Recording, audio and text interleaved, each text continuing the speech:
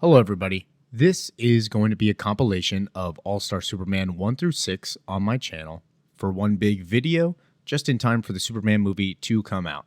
So go ahead, enjoy, kick back however you want to listen to these. I'll see you on the other side. Peace out. Okay, hello. We are starting with Superman stuff.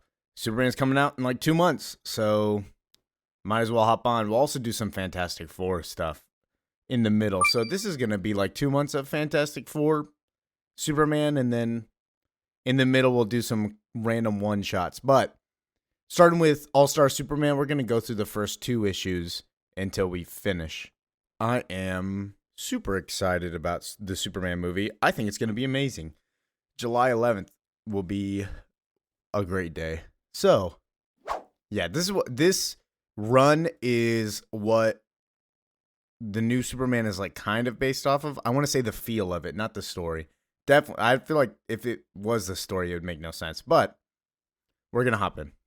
So we cut to Superman's planet, doomed planet, desperate scientists, last hope, kindly couple. Krypton is dead. Krypton got destroyed. Superman survives. His planet sent him off to Earth. Everybody knows that story. I think everybody knows that, hopefully. But Superman was created by 2 Jewish men, Jerry Siegel and Joe Shuster, which are Jewish people. So he was kind of a representation for them in immigration. But this story is written by Grant Morrison, who made New X-Men from like 2001 to like 2004 or 5, somewhere around there. Not new Batman, but Batman and Robin with Dick Grayson as Batman. He did a run on Animal Man. He gets a name drop. Thank you. I'm pretty sure he did The Authority as well, and he did a couple runs on like Justice League and Green Lantern. He did Final Crisis. So Grant Morrison is very popular. If you don't know any of Grant Morrison's stuff, go check it out. I recommend it. So we got back to what's happening in the story, where a team of scientists are going out to steal fire from the sun, but it doesn't look like their mission is going very well. So somebody inside of the crew is actually turned into like this monster, and he's like, I just remembered something. I'm a genetically modified suicide bomb made from Lex Luthor. So he starts destroying the ship. Superman flies to go save the ship because he knows that it's going down. They talk about Superman. He arrived on Earth from the planet Krypton. I know every cell in his body is a living solar battery, evolved to store raw energy from the sun. But the temperature at the solar chromosphere is 6,000 degrees Fahrenheit, and we see him absorbing all that solar radiation. So, for people who don't know Superman very well, he gets his powers from the sun. I can't really say it's like photosynthesis. It might be. That might be the closest thing, but the closer he is to the sun, his cells are like batteries. They collect energy from the sun and turn it into power. So there's a couple instances of him like flying through the sun and like just getting a bunch of energy and just giant punches, classic fun. So he's getting all that energy from going pretty much next to the surface of the sun. Then we cut to the Daily Planet, where Lois is making a new headline. She's making a headline that's about Superman rescuing the people on the sun mission. The person next to her flirting with Lois, Steve Lombard, is like, he's 93 million miles away. I'm right here. And she's like, shut up. I don't want to talk to you. Then Jimmy comes over, ruins everybody's fun by being a nerd. But we cut to Perry White, who's got a new headline. Lex Luthor lied. He says Lex Luthor told the world he had reformed, and for some reason the whole world believed him and doubted us when we reported the truth. But I'm proud of you guys for sticking by the Daily Planet's integrity in its darkest hour. This is tomorrow's front page. We're breaking the story of a century. And we cut to Lex Luthor in what has to be the most craziest person's office ever. So it actually is Lex Luthor controlling that time bomb, suicide bomb monster thing on the spaceship. He's like, I'm approaching critical mass. He's saying the lines. And then General Lane, Lois Lane's father, comes up and he's like, we let you out of prison to come work for us on like to help us out, not do this crazy stuff, man. You're supposed to help the country. But Lex is like, excuse me, General. I'm controlling this weapon with a voice sequence I designed. The signal takes 9 minutes to reach the sun. I had to time this exactly. I tried to be a good person, General Lane. I promised I wouldn't waste my intellect on kryptonite robots and elaborate death traps. But 3 months ago, I looked in the mirror at those nasty little spiderwebs of lines around my eyes, and I realized something. I'm getting older, and Superman isn't. So then we see the monster breaking through, saying the exact lines that Lex Luthor has. And then Superman shows up, and he's like, I can help you. And then Lex continues on his speech. If I want to die happy, I'm going to have to get serious about killing Superman. Don't you think, General Lane? So this has to do with Lex Luthor being a certified D1 hater. Lex Luthor will always hate Superman because he's everything that Lex Luthor is not. He's, for some reason, the people love him but hate Lex Luthor. But Superman says, like, Lex Luthor doesn't help the world. You have wasted all your talents being a genius, and if you wanted to help everybody, you could have done so already, but you just are blinded by your narcissism, by me, because I'm stronger, more powerful than you, and the people love me just by me existing and doing the right thing. I don't have any ulterior motives. That's basically their dynamic.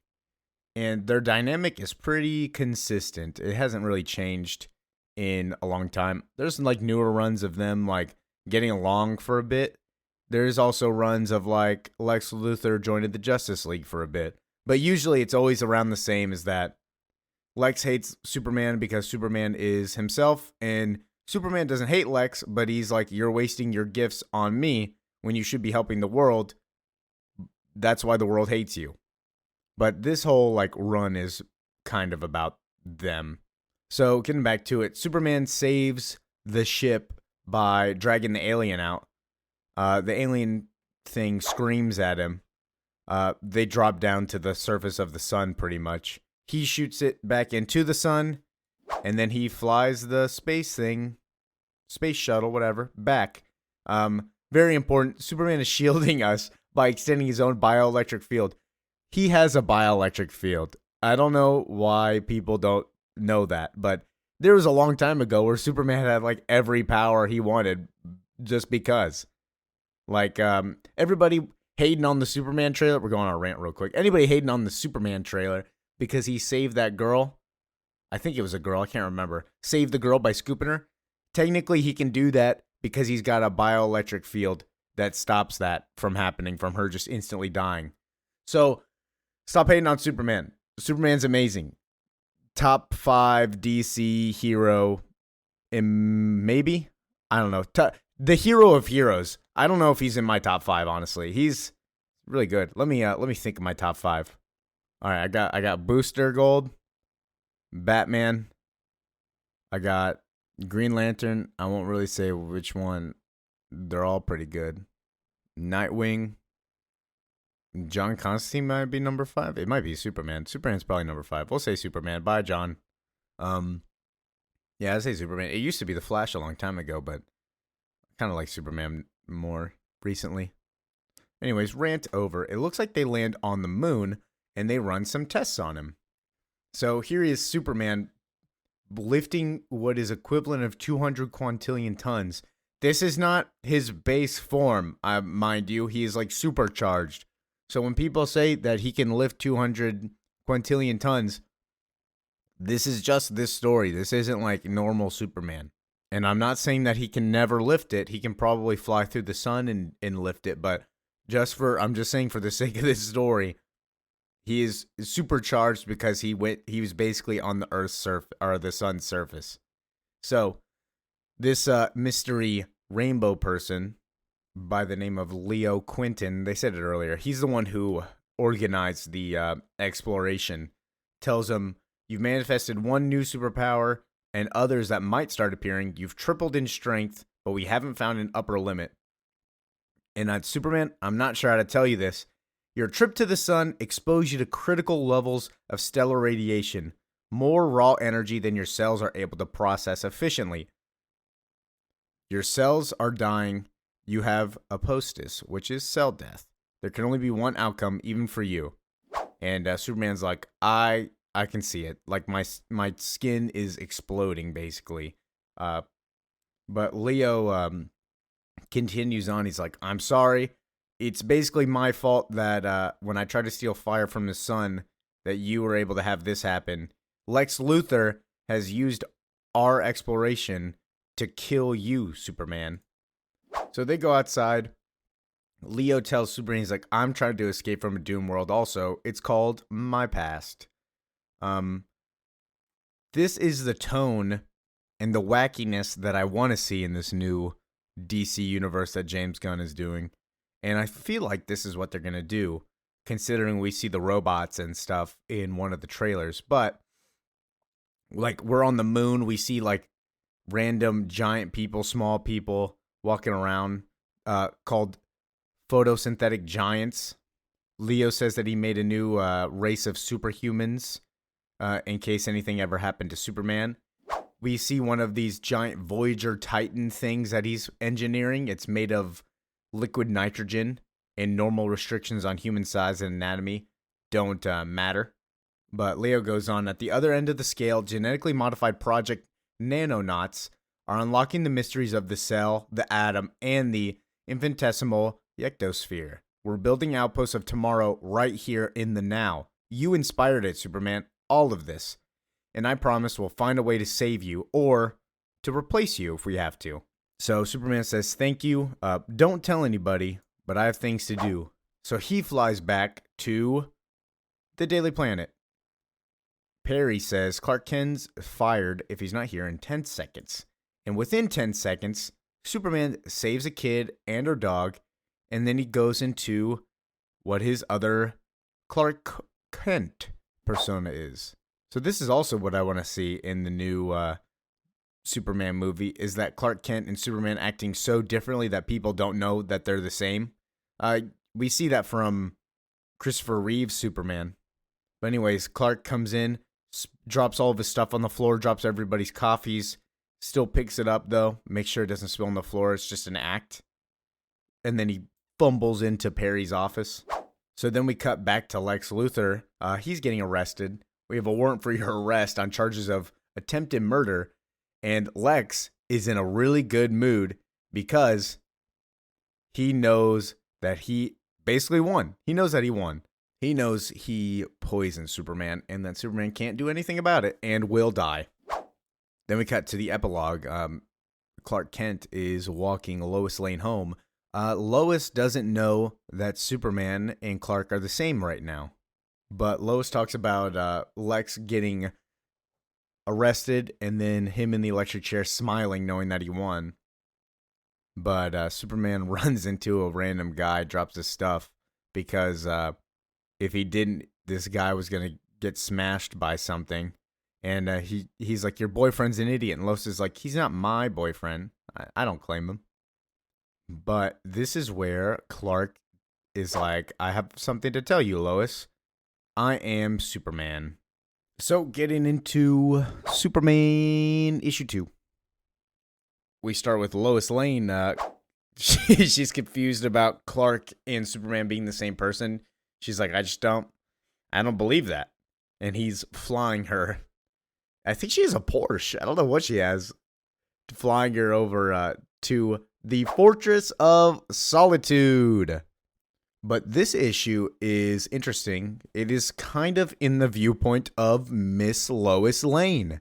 So, I don't care how many times he tries to convince me. I've been through this before. I've spent years trying to prove it, and now he's just getting me back with the cruelest trick he's ever played. He says Clark Kent is Superman after all, but I know that he can't be.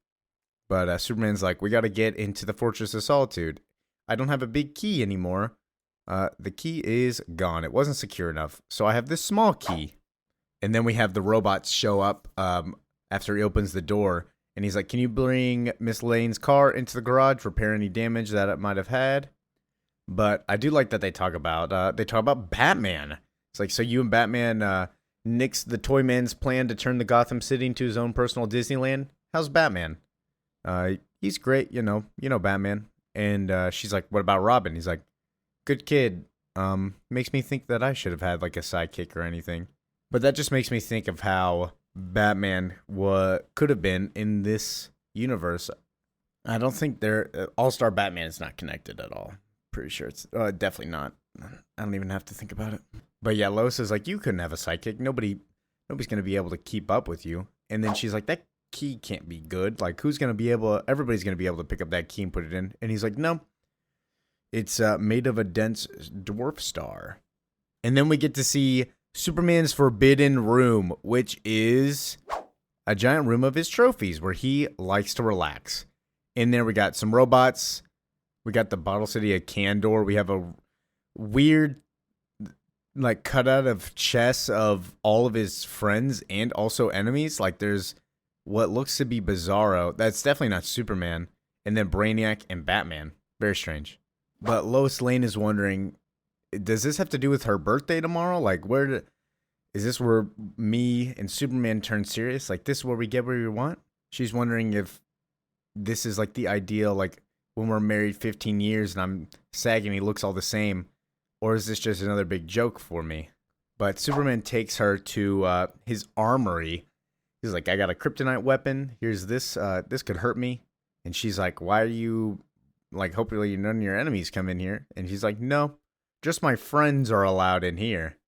And then he brings her to this room that he's able to contact people from the future to enlist their aids on events before they even occur.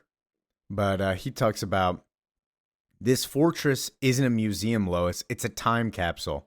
One day, some future man or woman will open that door with that key. When they do, I want them to know how it felt to live at the dawn of the age of superheroes.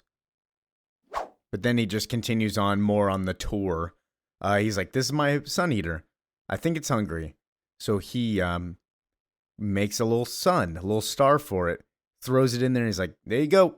And then Lois, she's like, now we come to the part of the story where everything goes wrong. It wasn't my fault. The door was open. I know I wasn't supposed to see inside that weird room, but I did. And she looks in there, and there's like a robot. It has her framed up on the side, genetic material that it's looking through. Superman's like, it's not what you think. Let me show you the genetic library. I use Brainiac's shrinking ray to store living samples of every threatened species within a single drawer. But after he does that, Lois Lane actually sits him down for an interview. And she's like, I eat secrets for breakfast, but in all of my years of trying to prove Clark was your disguise, did I ever get one solid piece of evidence for it? And then he shows up wearing something that he created, and he's like, I learned how to sew. My trip to the sun did more than triple my strength, Lois. It tripled my curiosity, imagination, and creativity. And she replies with, I guess it also made you 3 times more honest, so when does everybody pop up and say surprise? And he's like, please, Lois, I am actually Clark. Like, you're not happy that you were actually right? And then she's like, no, I'm not. But she starts interrogating him, like, all these times that you and Superman, or Clark and Superman, are in the same place. How did you do that? And he's like, Batman, robot, Martian Manhunter, etc. And she's like, why are you telling me the truth now after lying to me for years? It doesn't make sense. We know the reason is because Superman is dying, but he hasn't told her that yet. So Lois leaves, and she's like, I keep asking myself, what does this have to do with that creepy room that he keeps disappearing into? Why did he lie to me? His new powers, his new super intellect, if they've changed him, what if something's happened to his mind? He's brought me here to be part of some awful experiment that he's planning on. How would I know? And you know what could be worse? If he is telling the truth. What if there really was some part of him that was bumbling, oafish Clark Kent? I just don't know if I could live with that. So while she's doing this, Superman is talking into the mirror, asking how he can tell Lois that the reason that he is telling the truth is because he's dying. He doesn't want to ruin her birthday. So Lois runs and spies on him, tries to see what's in that room. Superman leaves the mirror room. She runs in there and meets this Superman with his face covered. And he's like, I have to ask 3 questions. The future is terrible. Who is J-Lo? But while he's asking, the robots come and they're like, is something wrong, Miss Lane? Do you need help? And she's like, I'm fine. Leave me alone. And runs away. And she's like, future Superman. What if that was really him transformed into a monster so awful he has to hide his face and lie about his deformality? He knows I know. He saw a vision of his own future in there. Whatever he's become, whatever lurches out of that room, I have to be ready for. And if he's brought me here to be the mother race of some superhuman deformed horrors, he has to be stopped. Forgive me. He has to be stopped. And then Superman's it's the keep out room. Superman's walking out, shoots him with that kryptonite ray. And Superman walks out perfectly fine. He's like, interesting. I become immune to green kryptonite because of the sun. How interesting. And he takes it from Lois, and he's like, mind if I take this from you? You can come into the lab now. What we were making was a superhuman suit for you. A sewing machine using diamond-tipped needles to weave light, indestructible thread. Sorry I kept disappearing, but I wanted to make your birthday present, and I had to read your genetic code. It takes a long time to memorize an entire DNA code strand. But you almost spoiled your surprise. I've been working on this new thing that gives you 24 hours of superhuman powers because of your genetic code to be like me. But this is for you.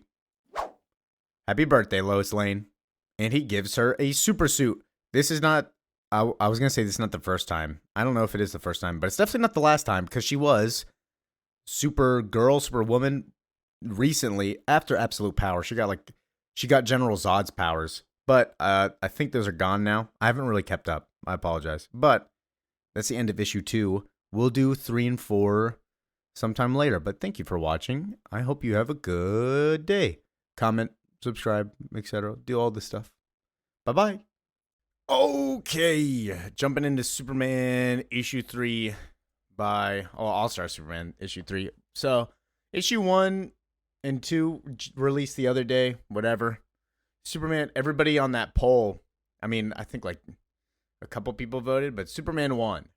Supergirl got 0 votes, and I was intrigued. I want to do Supergirl, so Supergirl will probably be closer to Supergirl time, and then I'll release a couple Fantastic Four videos every now and then, but Superman, in my opinion, is better than Fantastic Four. I'm a big Superman fan. So, hopping into it, Lois is opening her gift that Clark got her last issue. So, last issue, Clark was like, here, I actually made you this new suit, and I made you this little chemical thing to give you powers. So, he's like, drink it. It's my superpowers in liquid form. Happy birthday, Lois. And she's like, I get it for a whole day. Gulps that shit down. And then we just instantly cut to Metropolis, where this giant creature named Kroll is causing a ruckus with his friends. He's a big red monster. Then we cut to the Daily Planet, where Steve Lombard is like, that was my car. You guys, what the hell? But basically, their plane got canceled because of these giant creatures. And then Jimmy Olsen's watch is beeping, and he's like, don't worry, Superman's on the way. He heard my signal watch. The classic signal watch. Sure. Could you excuse me for a second? Oh, I can't hear anything. You're not supposed to. It's hypersonic. Jimmy, the man's a superhero, not a dog. What is this thing? It is a signal watch. Superman has super hearing, right? We need him. We call. Maybe you should only use that in a real emergency, Jimmy. Smooth, CK, will do. Superman flies in with Lois, and he's like, shouldn't take very long, Lois. Last thing I won on your birthday was a reptile invasion that came from the Earth's core. And then she's like, I felt cheated if there wouldn't be any monsters. And he's like, someone beat us here. And we see a mysterious man pick up this reptile Kroll and just zoot him into space. She's like, I knew today was going to be a good day. And Superman's like, it's Samson. Samson in this is like a time traveling person, but before, I mean, they don't really talk about him. It's like one of those things that Grant Morrison kind of made up. He appeared like in a couple issues and some other stuff, so whatever. But Samson's like, I took care of it. And then Samson starts flirting with Lois, and he's like, by Yahweh, I fought the good fight across 3 galaxies. Yada, etc. He's like, I'm sure my fellow super strongman would agree that he's never seen a woman like you, Lois. And then we peer over. Who is that? It's Atlas. And I like his costume. He's got the little, like, he has the earth on him to symbolize him carrying the earth because he's Atlas. That's awesome. But Atlas is like, oh, the only thing that would make me come back to this century is you, Lois Lane. He's like, I swear the everlasting shows of Olympus, you are dripping allure in my clinging garment. And then Lois is like, I'm only like this for 24 hours. Superman made me them for my birthday. And Superman picks up Kroll and he's like, Atlas is here too? This sucks. He's like, this lady's with me, guys. Just piss off. And then Samson's like, you know what? Instead of that, we should let the lady decide. Why don't we just challenge each other and perform a couple challenges to prove our worthiness to the lady? It's like, we'll each perform a super feat of strength in honor of Lois Lane. Whoever wins gets her. So while they're doing that, Samson's like, I defeated Kroll, the son of the eve of the war on Metropolis. And then Atlas is like, I subdued the army. Doesn't look like there's anything else for you to do, Superman. You can just bounce. And he's like, no, we're going to take these people back to where they belong. So he brings them back down, and the king is like, I am sorry. My son should be punished for his crimes. He should have never came up there. My son says that he was goaded into attacking. And Superman's like, well, I'll deal with the rest of this. Thank you. So he comes back to Samson, who's flirting with Lois, trying to put like this necklace on her. And he's like, these crown jewels I borrowed from the Ultra Sphinx back in the first dynasty of Adamhotep, the 80th century. And then Lois is like, I'm flattered. I like these, but you'd have to do a lot more to, outdo Superman. And Samson's like, who cares? A night on the town with Superman can never rival the date of 1,000 lifetimes time traveling with Samson. When you're in the passenger seat of my custom chronomobile, eternity's the limit. We'll die al fresco on Triceratops Burrington in the twilight of the Cretaceous era, and then end the evening with drinks on the crucifixion. And then Atlas shows up and he's like, if I win, I'll make the Titans kneel before you.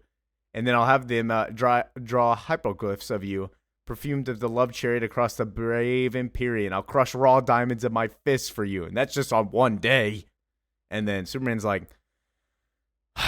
can we talk, Lois? Because he's like, I don't get it. You keep flirting with them. Like, that's hurting my feelings. And then Lois is like, I'm trying to teach you a lesson, like maybe I'm getting back at you because you keep impersonating Lex, or keep impersonating Clark Kent. And then she's like, don't even worry, Superman. It's my birthday. I'm just having a little fun. So Superman goes over to Samson. He's like, I don't like you very much, Samson. Wherever you go, trouble keeps following you. What do I have to do to make you keep your hands off my girl? And he's like, I'm a time traveler, Superman. According to my sources, you're going to be dead. And he pulls out a Daily Planet Superman dead. And he's like, in fact, it looks like she'll be needing a shoulder to cry on anyways. All's fair in love and war. So we know that Superman is dead in the future. Let's go. So they're still bantering, and Samson's like, you'll be too busy with your challenges to even think about dating. And he's like, we got an appointment in Poseidon's at 3:30, so stop it. And then this glowing aura shows up, and Lois is like, is this part of my surprise? And then Alice is like, there's something we forgot to mention. This thing keeps following us since we borrowed these jewels from the Ultra Sphinx. And then Samson tells Superman, he's like, hey, just before your death, they said that you completed 12 super challenges, the stuff of legend. You created life, you escaped from the underverse, you overthrew the tyrant's son, and you answered the unanswerable question. And then, so then this thing asked the unanswerable question. And it says, return what was stolen and pay the price.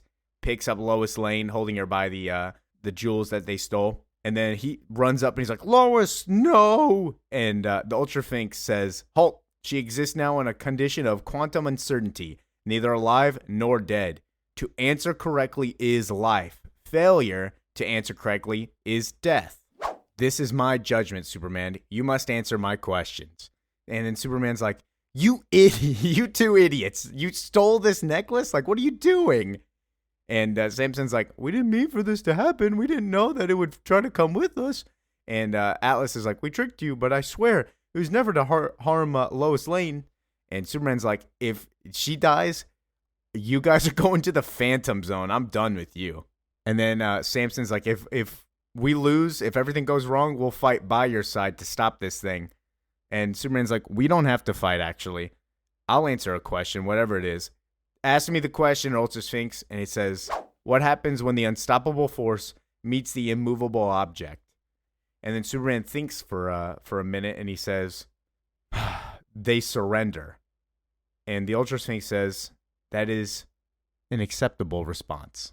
So if you're ever wondering why, what happens when the Hulk and the Juggernaut meet, they surrender. Not really, but this is more of comparing Superman and Lex Luthor. This whole arc is about Lex Luthor and Superman's like dynamic. So one of them is the unstoppable force, and one of them is the immovable object. You can really take a pick at which one is which. I have my opinions, but I won't share them.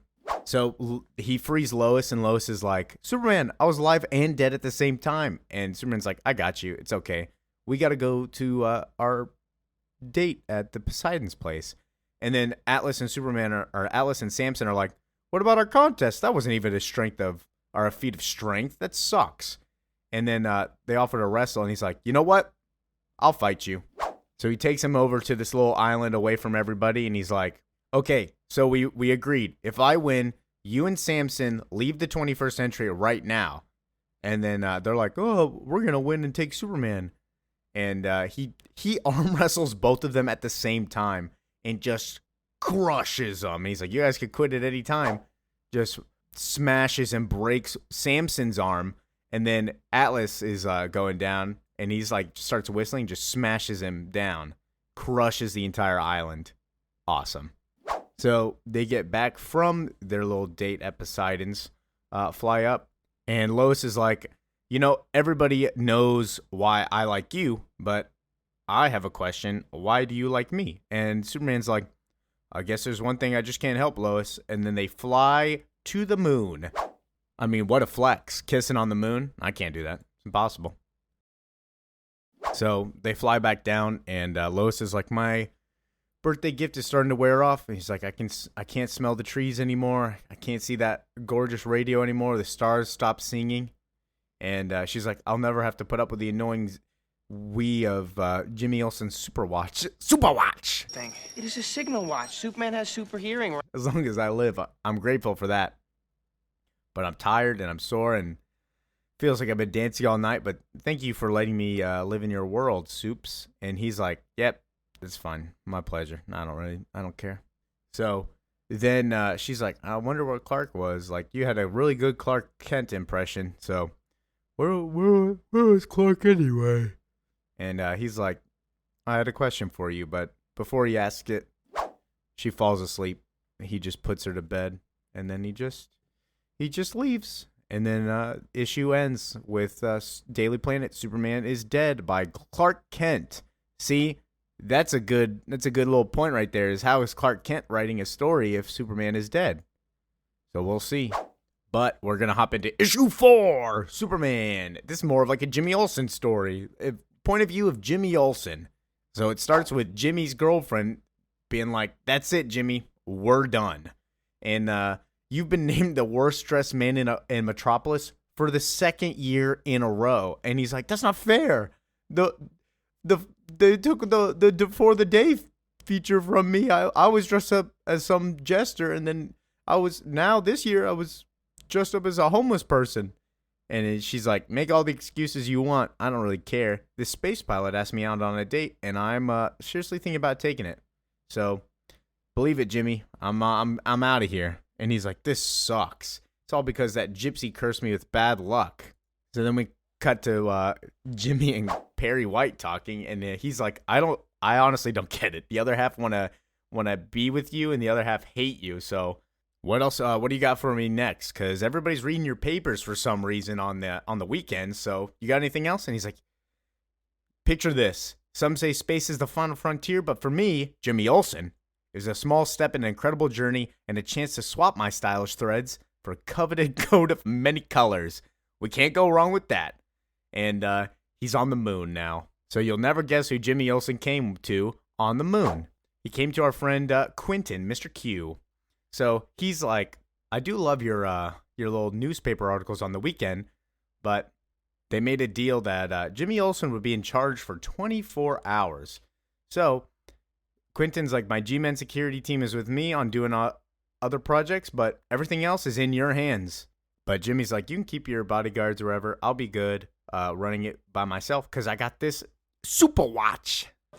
Maybe you should only use that in a real emergency, Jimmy. Quentin's like, the famous Superman signal watch. Smooth, CK, will do. Let's hope you won't need that.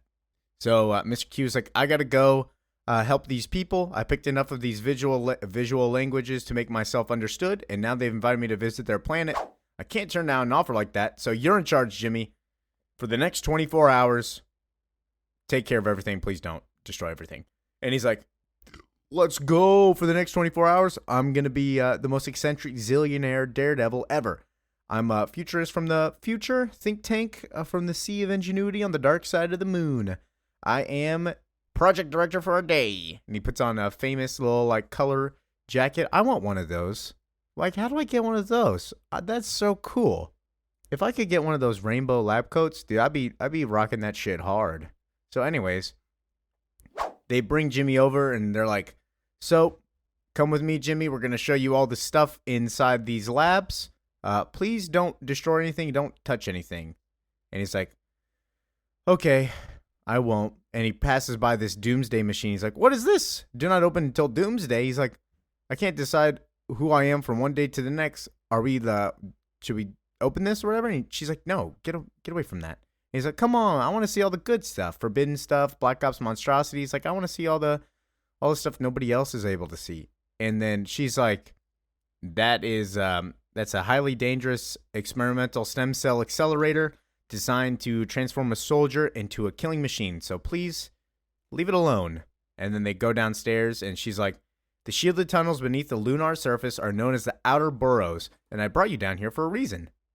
It's 1800 hours, Director Olsen. It's time to check the portal to the Underverse. So Jimmy's like, what goes on the Underverse? And this is also what Samson brought up last time.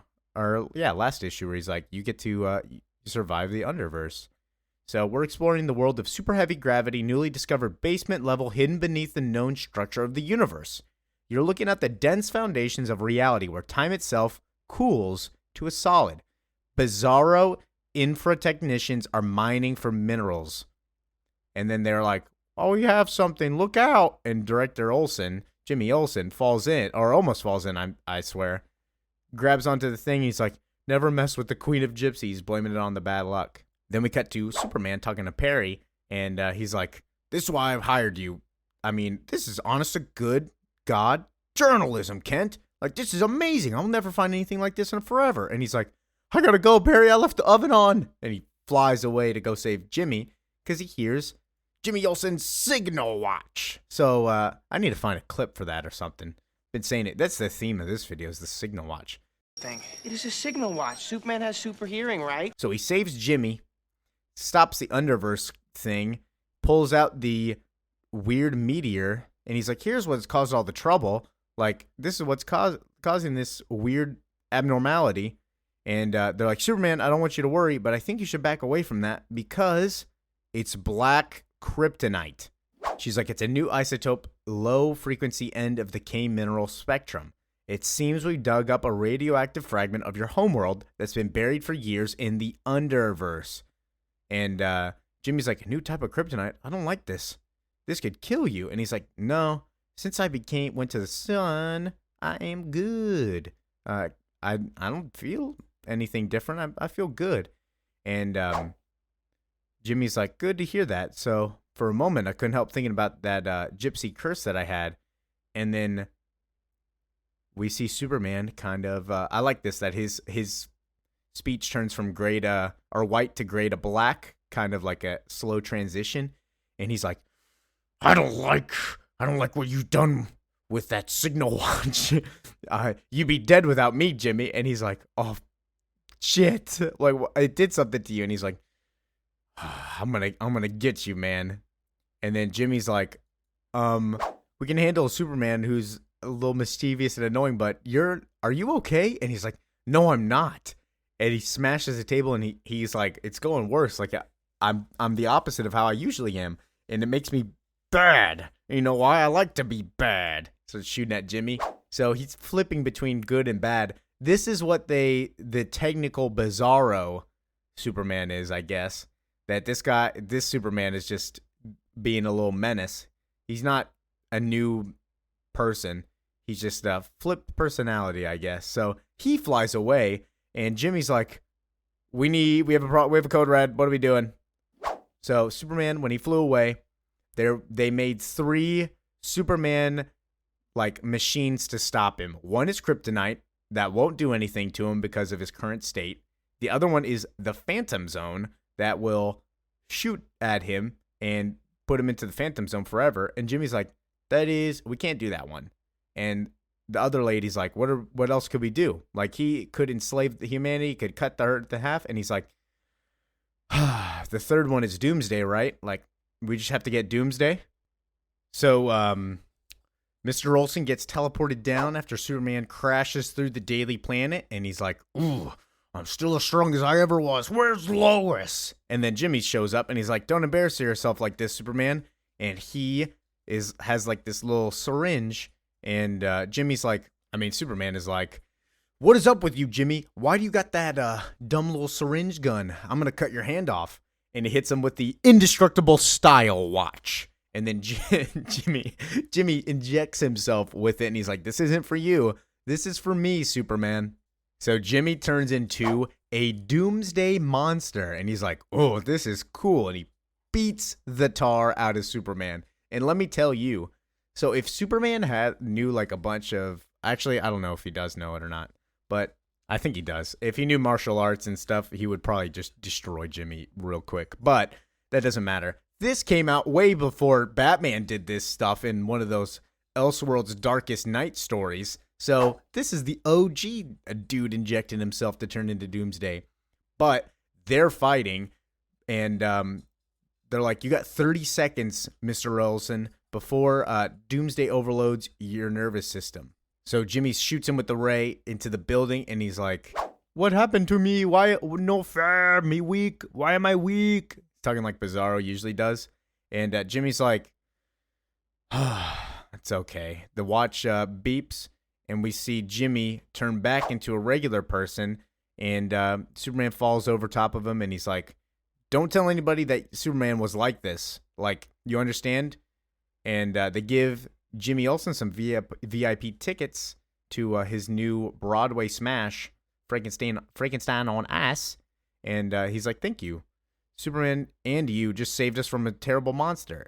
And then Jimmy goes back to the moon, and he's laying in bed because he's all injured. And Superman's like, what a nightmare. That sucked. And he's like, hey, by the way, Jimmy, like, everything I said when I was kind of crazy, it wasn't true. Just take it with a pinch of salt. I'm sorry. And Jimmy's like, it's okay. That black Superman was everything you weren't. He was a bully and a liar. And Superman's like, without you, Jimmy, I would always be in a pinch. So thank you.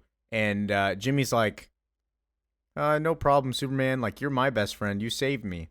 And then the lady comes up to him and is like, good job, Mr. Olsen. You spent our annual budget in one day. And he's like, shut up. You have an infinity sign as your credit column. You have limitless resources. I don't really care. He's like, no firewall safe from Jimmy Olsen. Anyways, I got 10 hours left. Can you put something in the moon for me? So he goes back home to his apartment to his girlfriend wearing his amazing lab coat. And he's like, yo, what happened to the dude that was taking you out, Rock Handsome? And she's like, he got arrested for selling Mars rocks on eBay that were fake. So he's like, oh, well, Anyways, I got this new wardrobe. Look at me in my stylish little trench coat, lab coat thing. Anyways, look what I wrote on the moon. I got 2 tickets to go see this Broadway. You coming with me? And she's like, yes, sir. So Jimmy wins in the end. Jimmy always wins. Style watch. Jimmy wins. Okay. Thank you for watching. That was issue 3 and 4. We got, I think there's like 12 issues on this. So we got a couple more videos. Let's go. I love this series. Thank you for watching. I'll see you next time. Bye-bye. Okay. We're getting into All-Star Superman 5 and 6. So starting with number 5, we're just going to go ahead and hop in. Welcome back, everybody. But we start with Lex Luthor. He is going to pay for his crimes of being a terrible individual. So they compare him to like Adolf Hitler. And the judge, he's like, you freely admit that these vile and appealing criminals are the men you revere above all as heroes and role models. Your insane schemes have placed us in jeopardy, the lives of every man, woman, and child on this planet. Do you have anything more to say before I put you in jail forever? And he's like, Superman made me do it. He should be on trial here instead of me. But Lex is like, just put me away. He's like, just put me in prison, dude. Just get it over with. And he's like, yep, you're guilty on all counts of crimes against humanity. The sentence is death in the electric chair. Lex is done. And he sits there happy. And so before he's going to die, Clark Kent is headed over there to Stryker's Island. So Clark Kent, Superman, is going to interview Lex Luthor. This one, the gospel according to Lex Luthor. So we see that they, for some reason, let Lex just like build around. I'm sure he owns Stryker's at this point. He can just buy everything. So when I say own, I don't mean he actually owns it. I'm just saying like he has the power to do whatever he wants. So Clark comes in and Lex is like, I made this little machine. It's the Bibliobot Mark II. It reads classic literature. He's got thousands of pieces to pick from, Clark. Isn't that cool? And then he's like, this thing sucks, by the way. It's pathetic. And then it kind of harasses Clark. And then Clark doing his little classic, he's a little klutz. He accidentally kicks out the electrical wire so that Lex doesn't get electrocuted while holding his gun because there's water on the floor. And Lex is like, look at you. You're clumsy. You write very good, but somehow you still saved me from electrocution. Good job, Clark. And he's like, how ironic is it that I'm here on death row, courtesy of evidence gathered by your newspaper, and I let you guys, you specifically, Star Reporter, come interview me. So Lex is also like, look at these 2 girls. They didn't even notice that this would have killed me. And Clark's like, don't call those guards girls. They look pretty tough. They can beat me up. And Lex is like, I saw your Da Vinci of Crime headline. He's like, it's pretty good, but there's a little sneer hidden there. And he's like, come on, Kent, we're gonna take a walk. Go to the exercise room. So they get to the exercise room. Lex running on the treadmill's like, okay, Clark. So this would have never happened if anyone else on this planet had the wit to see it. That smug self-regard that powers his boyish charm.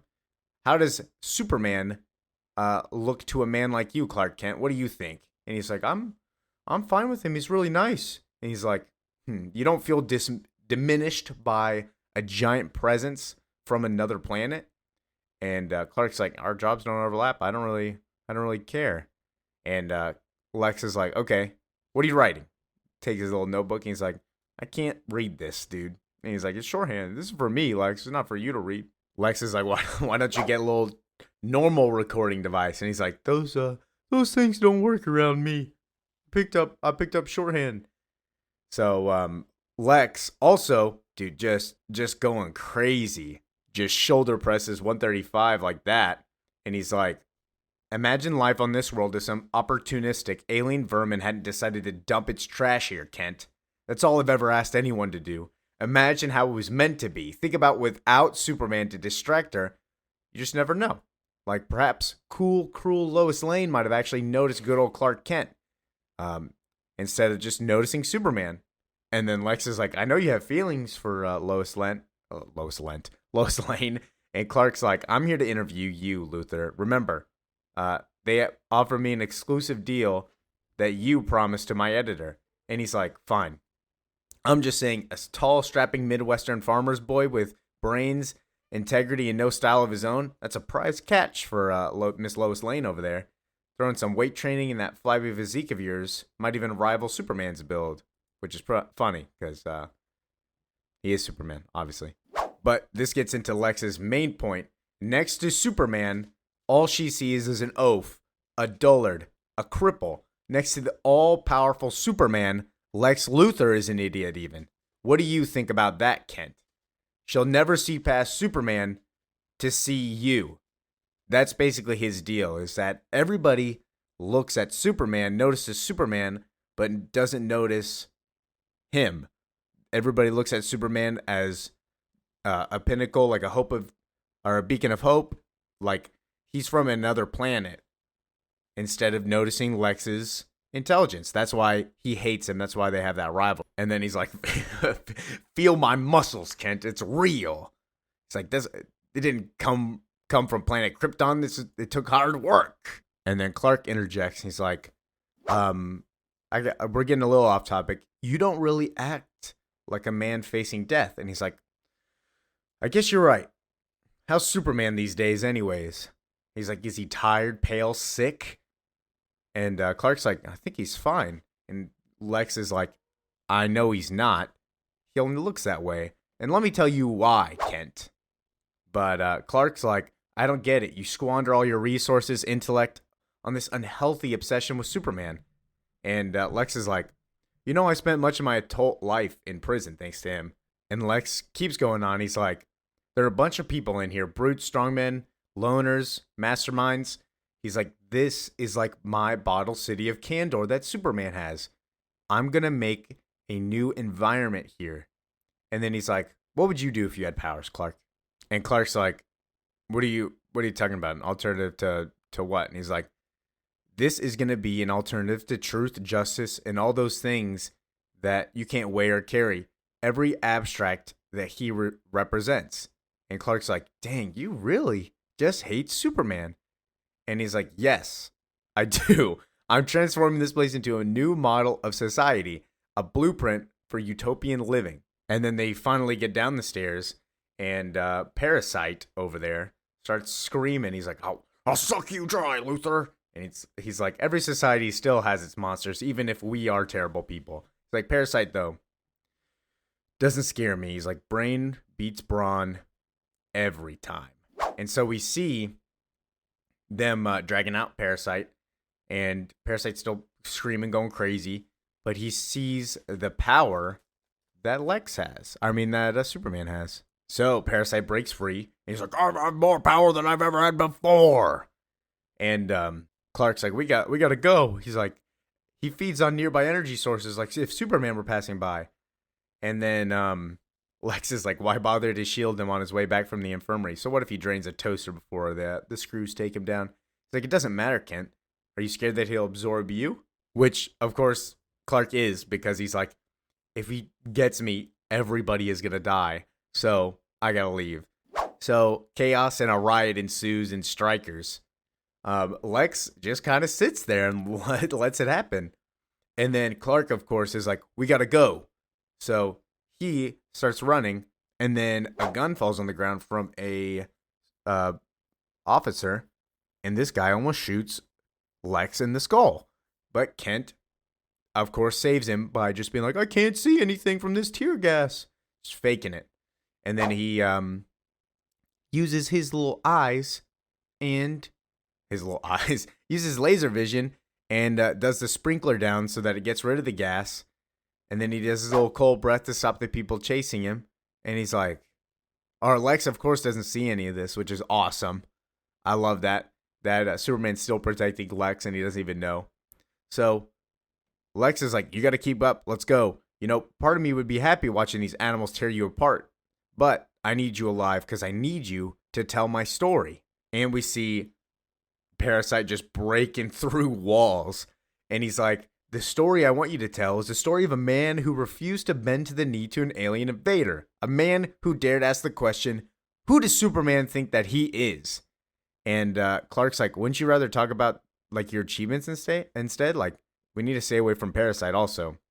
And then Clark's like, I don't think it's safe in this area. And he's like, my cell is down here. Don't you want to live, Clark? Like, we got to go. And then Parasite comes breaking through and he's like, the power I feel is like a sun. So Lex just starts shooting at him and he's like, I don't care that it's helping him. He's like, he's bloated with power. I don't give a shit. He's like, draw like a moth to a enormous energy source, which is Superman. And then Lex's new utopian society come and they're like, you need to fight the monster to prove you're fit to lead us. What? How is that fair, by the way? So, yeah, Lex is like, we gotta go. Pray for a miracle, Clark. And then we see Superman break the floor underneath him by stomping it, or doing a little foot tap real quick, causing an earthquake, and Parasite is stuck. He's choking on energy, as Lex say. He's like, my bullets tipped the balance, made him too massive to carry his own weight. And then Parasite's like, oh, trapped down there.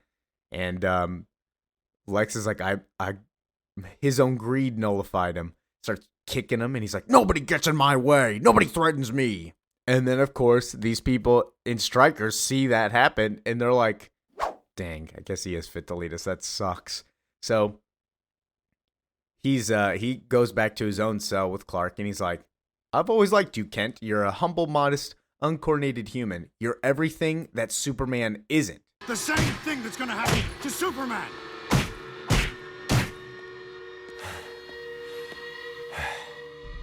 I've always liked you, Kent.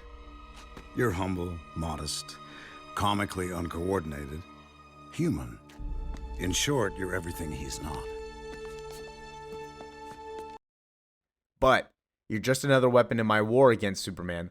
Watch how easily I make you, your paper, and the entire penal system seem completely unreliable. And then, the inevitable Lex Luthor opened up the floor and shook hands with a baboon in a Superman suit. Evening, Leopold, and there's a Superman. I don't even know why. He's like, your escape route, Kent? It's excavated by the Bibliobot Mark II. Did you know that Moby Dick can be recited at a frequency so high that it becomes a sonic drill capable of carving through solid rock? So this is where you go. He's like, this is a boring passage through the earth. My lovely Nastalia will take you back to the land of the living while I wait. She's 18. She speaks 30 languages, and she wants to rule the world one day. It's my niece, by the way. And then she's like, you got to fix your eyebrow, Lex, to make you look a little meaner. And he's like, oh, yeah, you're right. So he draws an eyebrow on his face. What are you doing, Lex? But he's like, I don't care. Clark's like, you could have escaped this prison anytime you wanted. He's like, why are you, like, what are you going to do? I can't believe you're going to die in this. He's like, you and Superman could have been friends. And this is when you see Superman get really mad. And Lex is like, I'm going to the chair fulfilled. I have friends in high places. It doesn't matter. And Clark's like, you'll die like a mad dog in the yard. What are you doing? And he's like, that doesn't matter. Superman will die first. I use the sun, the source of his energy, to overload him, to destroy him. What do you not understand? I killed Superman. It doesn't matter if I die. My greatest goal was to kill Superman, and I did it. Like, he's going to die.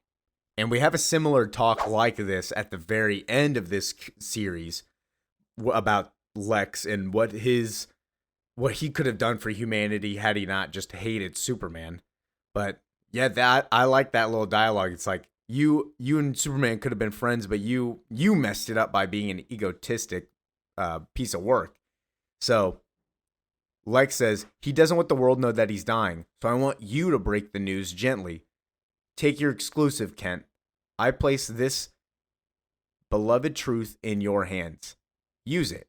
You wanted my story, the gospel of Lex, and now you got it. There's no deep psychological behind the struggle between me and Superman. It's simple. How would you feel if someone deliberately stood in your way over and over again. He's like, if Superman wasn't here, I would be in charge of the planet. And now he's dying. I don't want anything else. I win. And that's how we end issue 5. So we go to issue 6. This is more of like a little fun one, I guess. Get away from the serious ones.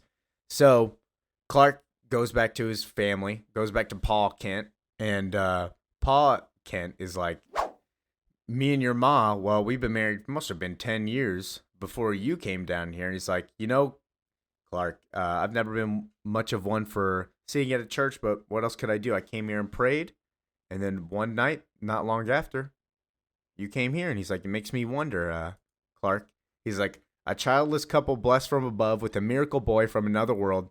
How does that happen? And he's like, not just any boy, but the finest young fella I've ever met. Look at you. You've been doing great things, Clark. And then Superman's like, you want me to go fix that old tree? Like, I'm not immune to embarrassment, but I'll go help you out. And he's like, nah, you don't got to do it. Because Crypto shows up, just smashes into the ground like a little klutz. And he's like, where you been, Crypto? Like, what have you been doing? So he hangs out with Crypto, and then we see Pa Kent, have his normal little thing where he's having a little bit of heart problems, but he doesn't die right now. So Superman throws a little tree.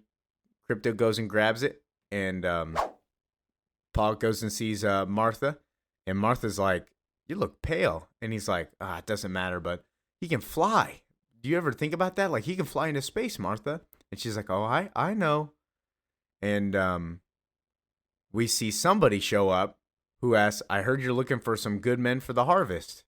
And then Crypto and Superman are flying through space, looking at the world. So if you don't know this by now, this is in the past. This isn't current. He's wearing his like university clothes, so it doesn't matter. You'll see later he talks about moving to the city, but he's like, who are those 3 men I saw in the field last night, Ma? He's like, I can bring the harvest single-handedly. And she's like, yeah, I know. They're a little weird, but he wants it done his way, so it's okay. They're on their way in now. So we meet three men, 3 new farmhands that Paul shows up. One of them's named Calvin Elder, big tall dude.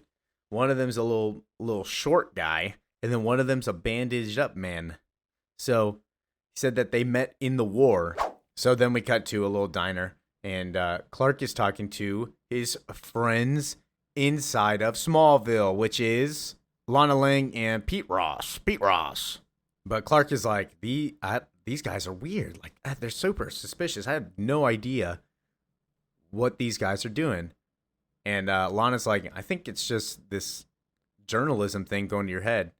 And Pete Ross comes up. He's like, you're crazy, Clark. It's official. He's like, I don't know.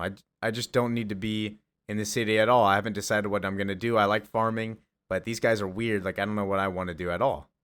And Lana's like, I want to see the world. See world. Kevin, you can't possibly save enough time to see the world. Kevin, are you saying see the world or Sea World? Sea World. Oceans. Fish. Jump. Okay. China. They take a little photo, and then his super hearing kicks in. He's like, everybody saw Superman. He's like, I saw the Kansas Superman.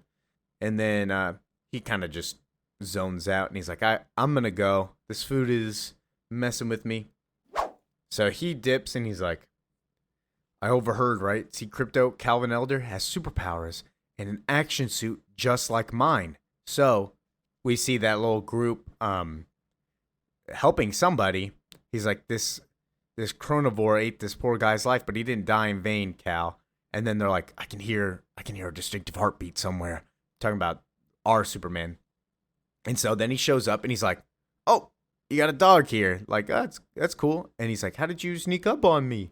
And he's like, well, I'm a Superman just like you. And then Clark's like, are you from Krypton? He's like, no, I was born in the future on Earth. My name is Cal Kent. I'm the Superman of AD 853,000. Your dog smelled the future on me, but you've traveled in time. You know what's possible. I'm a member of the Superman Squad. I fight along Supermen of many different eras to protect the structure of space-time itself. And then he's like, Superman? And he's like, yes, here are my allies. The unknown Superman of 4500, the Superman Oh gosh. Whatever, I can't even. He's like, this is the Superman of the fifth dimension. And then I'm just gonna call him Klixic, was like, sorry, we had to disguise ourselves. You can't even honestly understand what I am anyways. Don't even matter, because I'm from the fifth dimension. And Superman's like, what did I just see? And he's like, I'm sorry. He's like, I forgot it only enters your bloodline in the 67th century when Superman Purple married Quentin Queen. Oh my gosh, I hate all these fifth dimension imp names. Oh, there's too many. Whatever, I'm not even going to say that one. And he continues on. He's like, we're here to find the Chronovore monster. We've hunted across 10 centuries so far. And Clark's like, whoa, if you're my descendants, do I marry Lana? And Cal's like, I don't know about that. But they're like, the Chronovore has come here to die and spawn again. Its distinct energy blueprint of the beast can clearly be seen in the frozen light image. Let me show you. And it's just like a monster of like blood, faces, and claws, talons. I don't know. Thing's crazy. So they're like, it's aging everything it touches. And Klixic is like, I brought my trusty harpoon. This will spirit chain it to the 5D snares till our teammates get here and can cage it up. So the Superman squad go into action, and of course, this is that mystery unknown Superman, and he's like, we're gonna go in, and Clark breaks out of Cal's grips, and he's like, I'm going with them. I'm gonna help out. Like, you don't understand. I'm Superman. And there's something weird about all this that you guys aren't telling me. So this turns into more of like a Superman versus Superman fight instead of all of them against the Chromovore. Our Superman's like, I'm able to leap from world to world in a single bound. Cal is like, that's cool, but I'm from the future. I'm telepathic. You can't win. You're not as strong, smart, or fast as you need to be or want to be. And he's like, but I still have my dog. And the Crypto takes him out. So we see the Chromovore still going through. Case Spitalik is harpooned up there, and the unknown Superman walks up to Pa Kent, and Pa says, you boys did a fine job. I always say it's the work that you put in that you get back. And he's like, my wife wants us to up sticks back it into Smallville. She wants to mind the general store, put her heart into the business. So I guess this is the end for me and the farm. And he's like, will the boy be okay? Talking about his son, Superman. And the mystery Superman says, it all turns out all right in the end. So the fifth dimensional imp Superman's like, the Chronovore's breaking loose. And he's like, no, not if I can help it. And then Cal sits there and he's like, I tried to warn you. He's like, if you face it, it'll eat 3 minutes precious of your life. The most 3 minutes precious. In those 3 minutes, Jonathan Kent suffered a heart attack.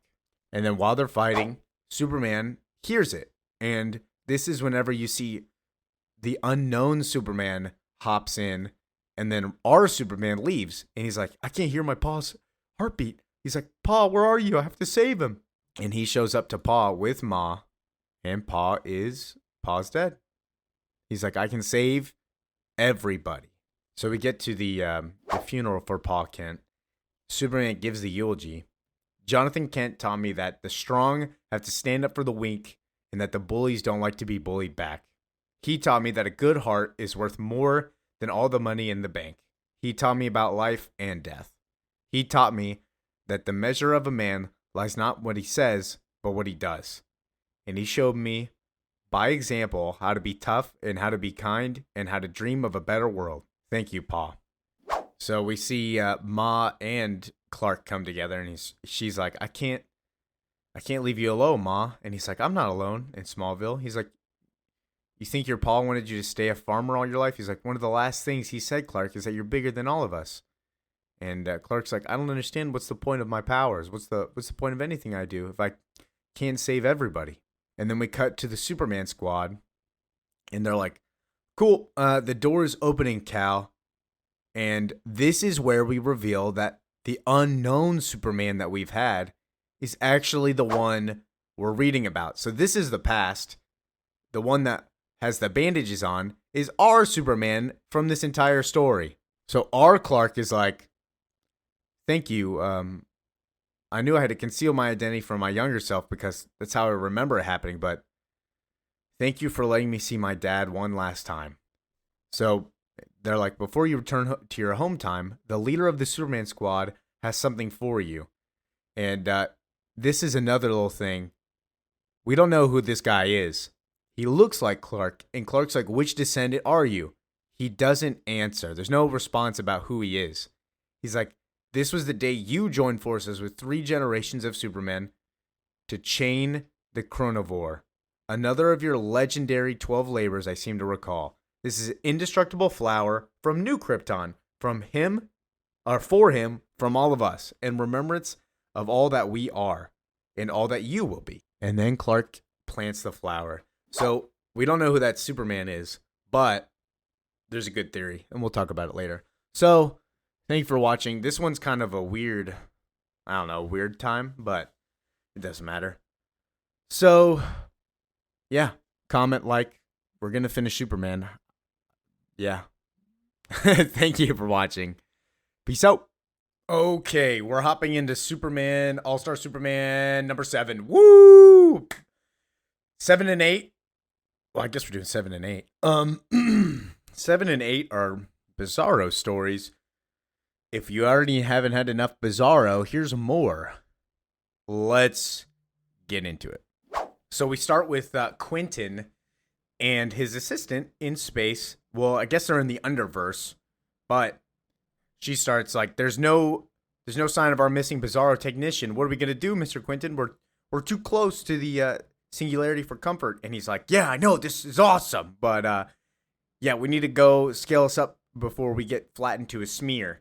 And we see that they can't explore the Underverse because the conditions are too bad. And we see the planet in the background. It's just a giant cube Earth instead.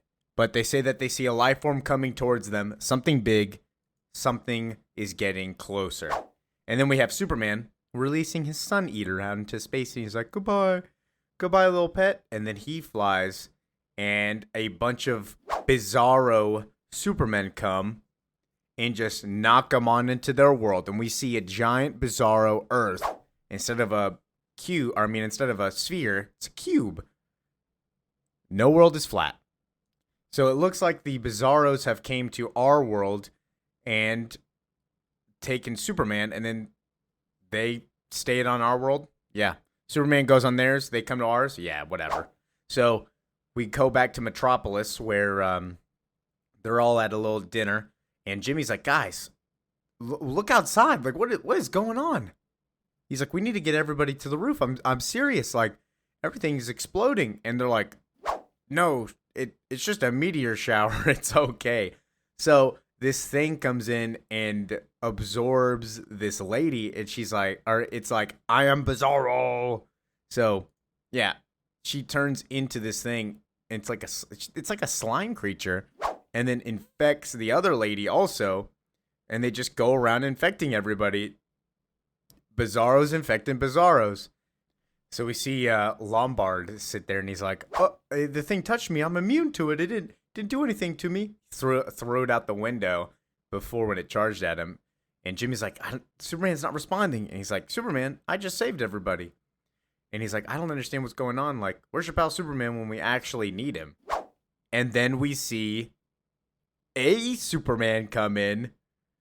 And the kid's like, oh my God, it's Superman. And he's like, no, me, I'm Bizarro. I'd be your friend.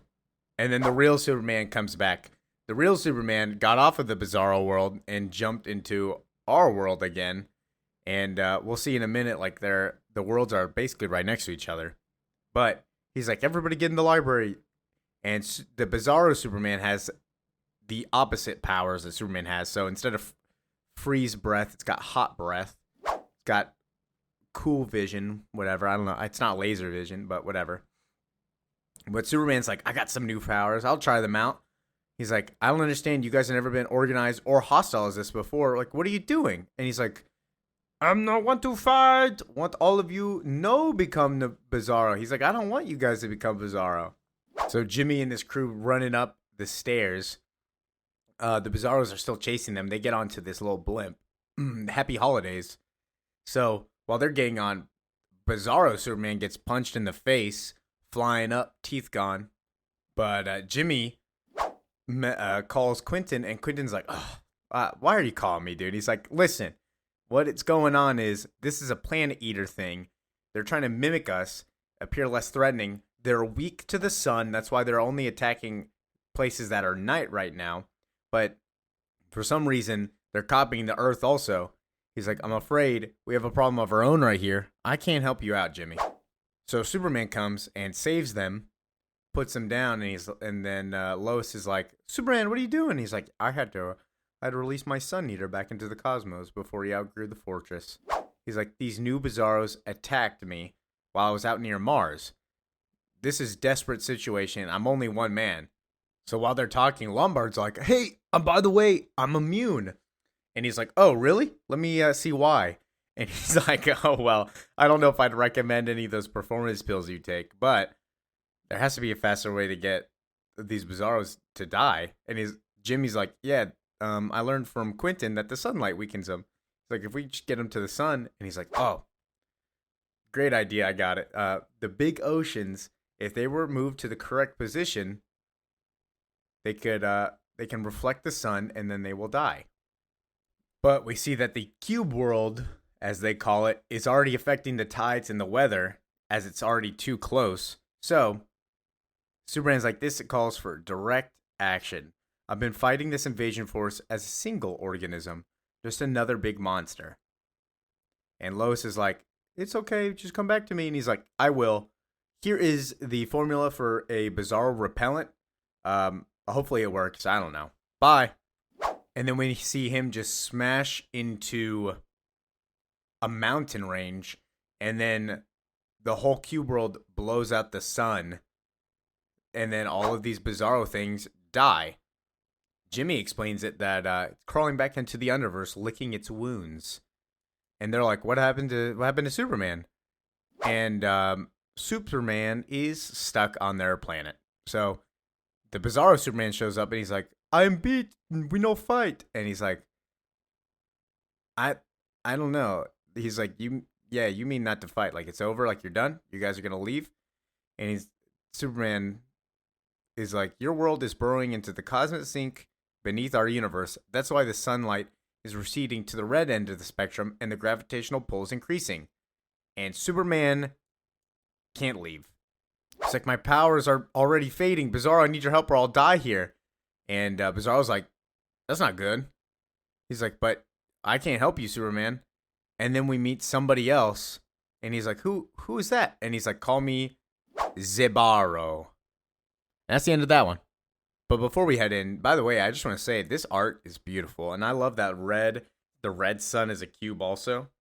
But all right, we'll go into issue number 8. And I like the one on the left, Superman, reminds me of a Mr. Miracle costume. I know it's not Mr. Miracle. Obviously, it'd be a really random.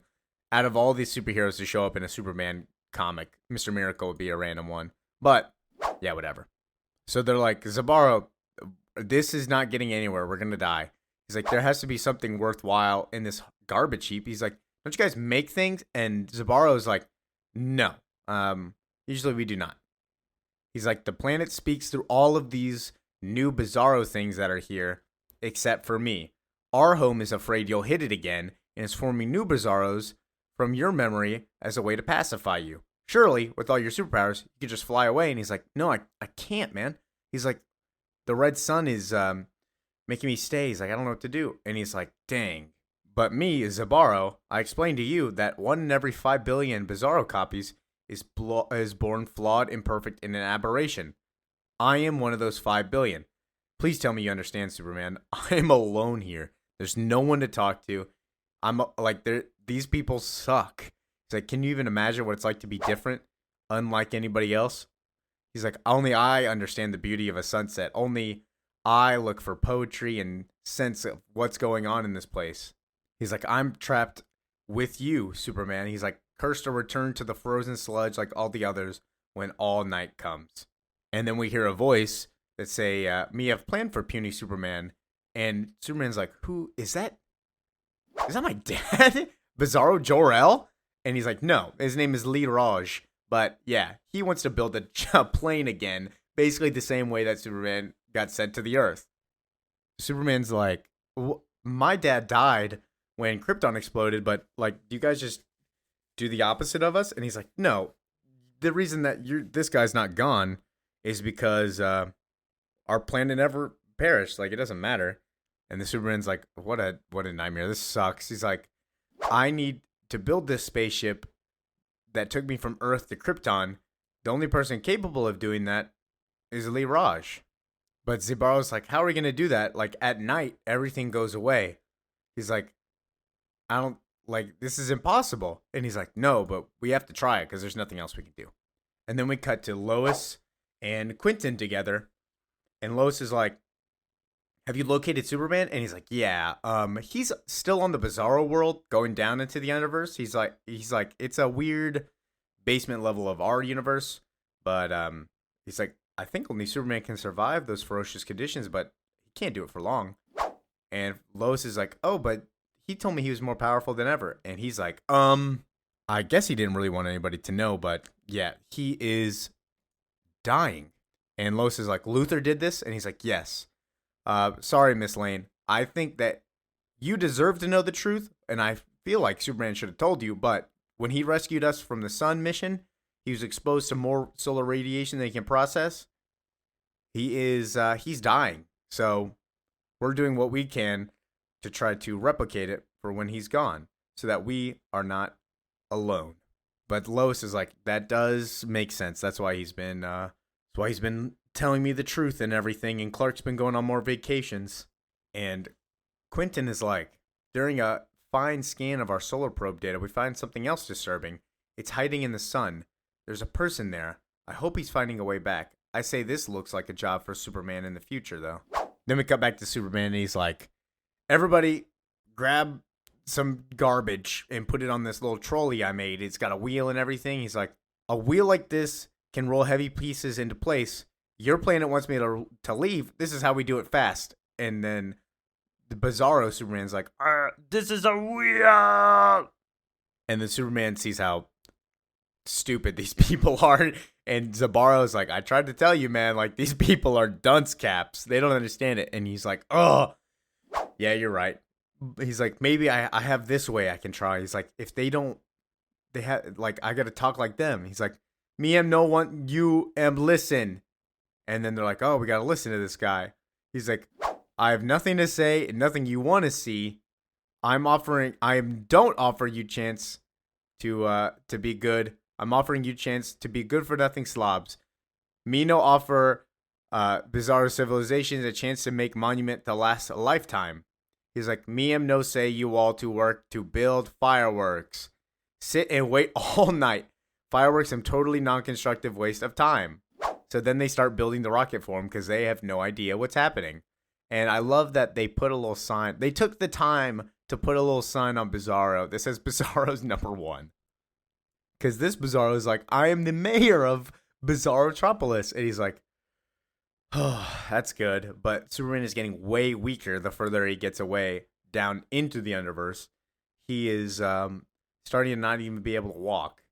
And then this is when Bizarro's like, the greatest anti-heroes of Bizarro Cube, no help volunteer, Superman, the No Unjustice League. And Superman's like, oh gosh, take me to them so they can help me, I guess. And Zabaro's like, I can't bear to hear you talking like that. Like, please don't do that. And then we see the Unjustice League, Bizarro Green Lantern, no have ultimate power ring, can make it real, what am no think of. Only trouble is, me am never able to think of anything. We have the Flash. Me am Bizarro Flash. No have top speed of 2 inches per hour. That's his secret weapon, is that he's slow. And then we have Wonder Woman. Bizarro Wonder Woman.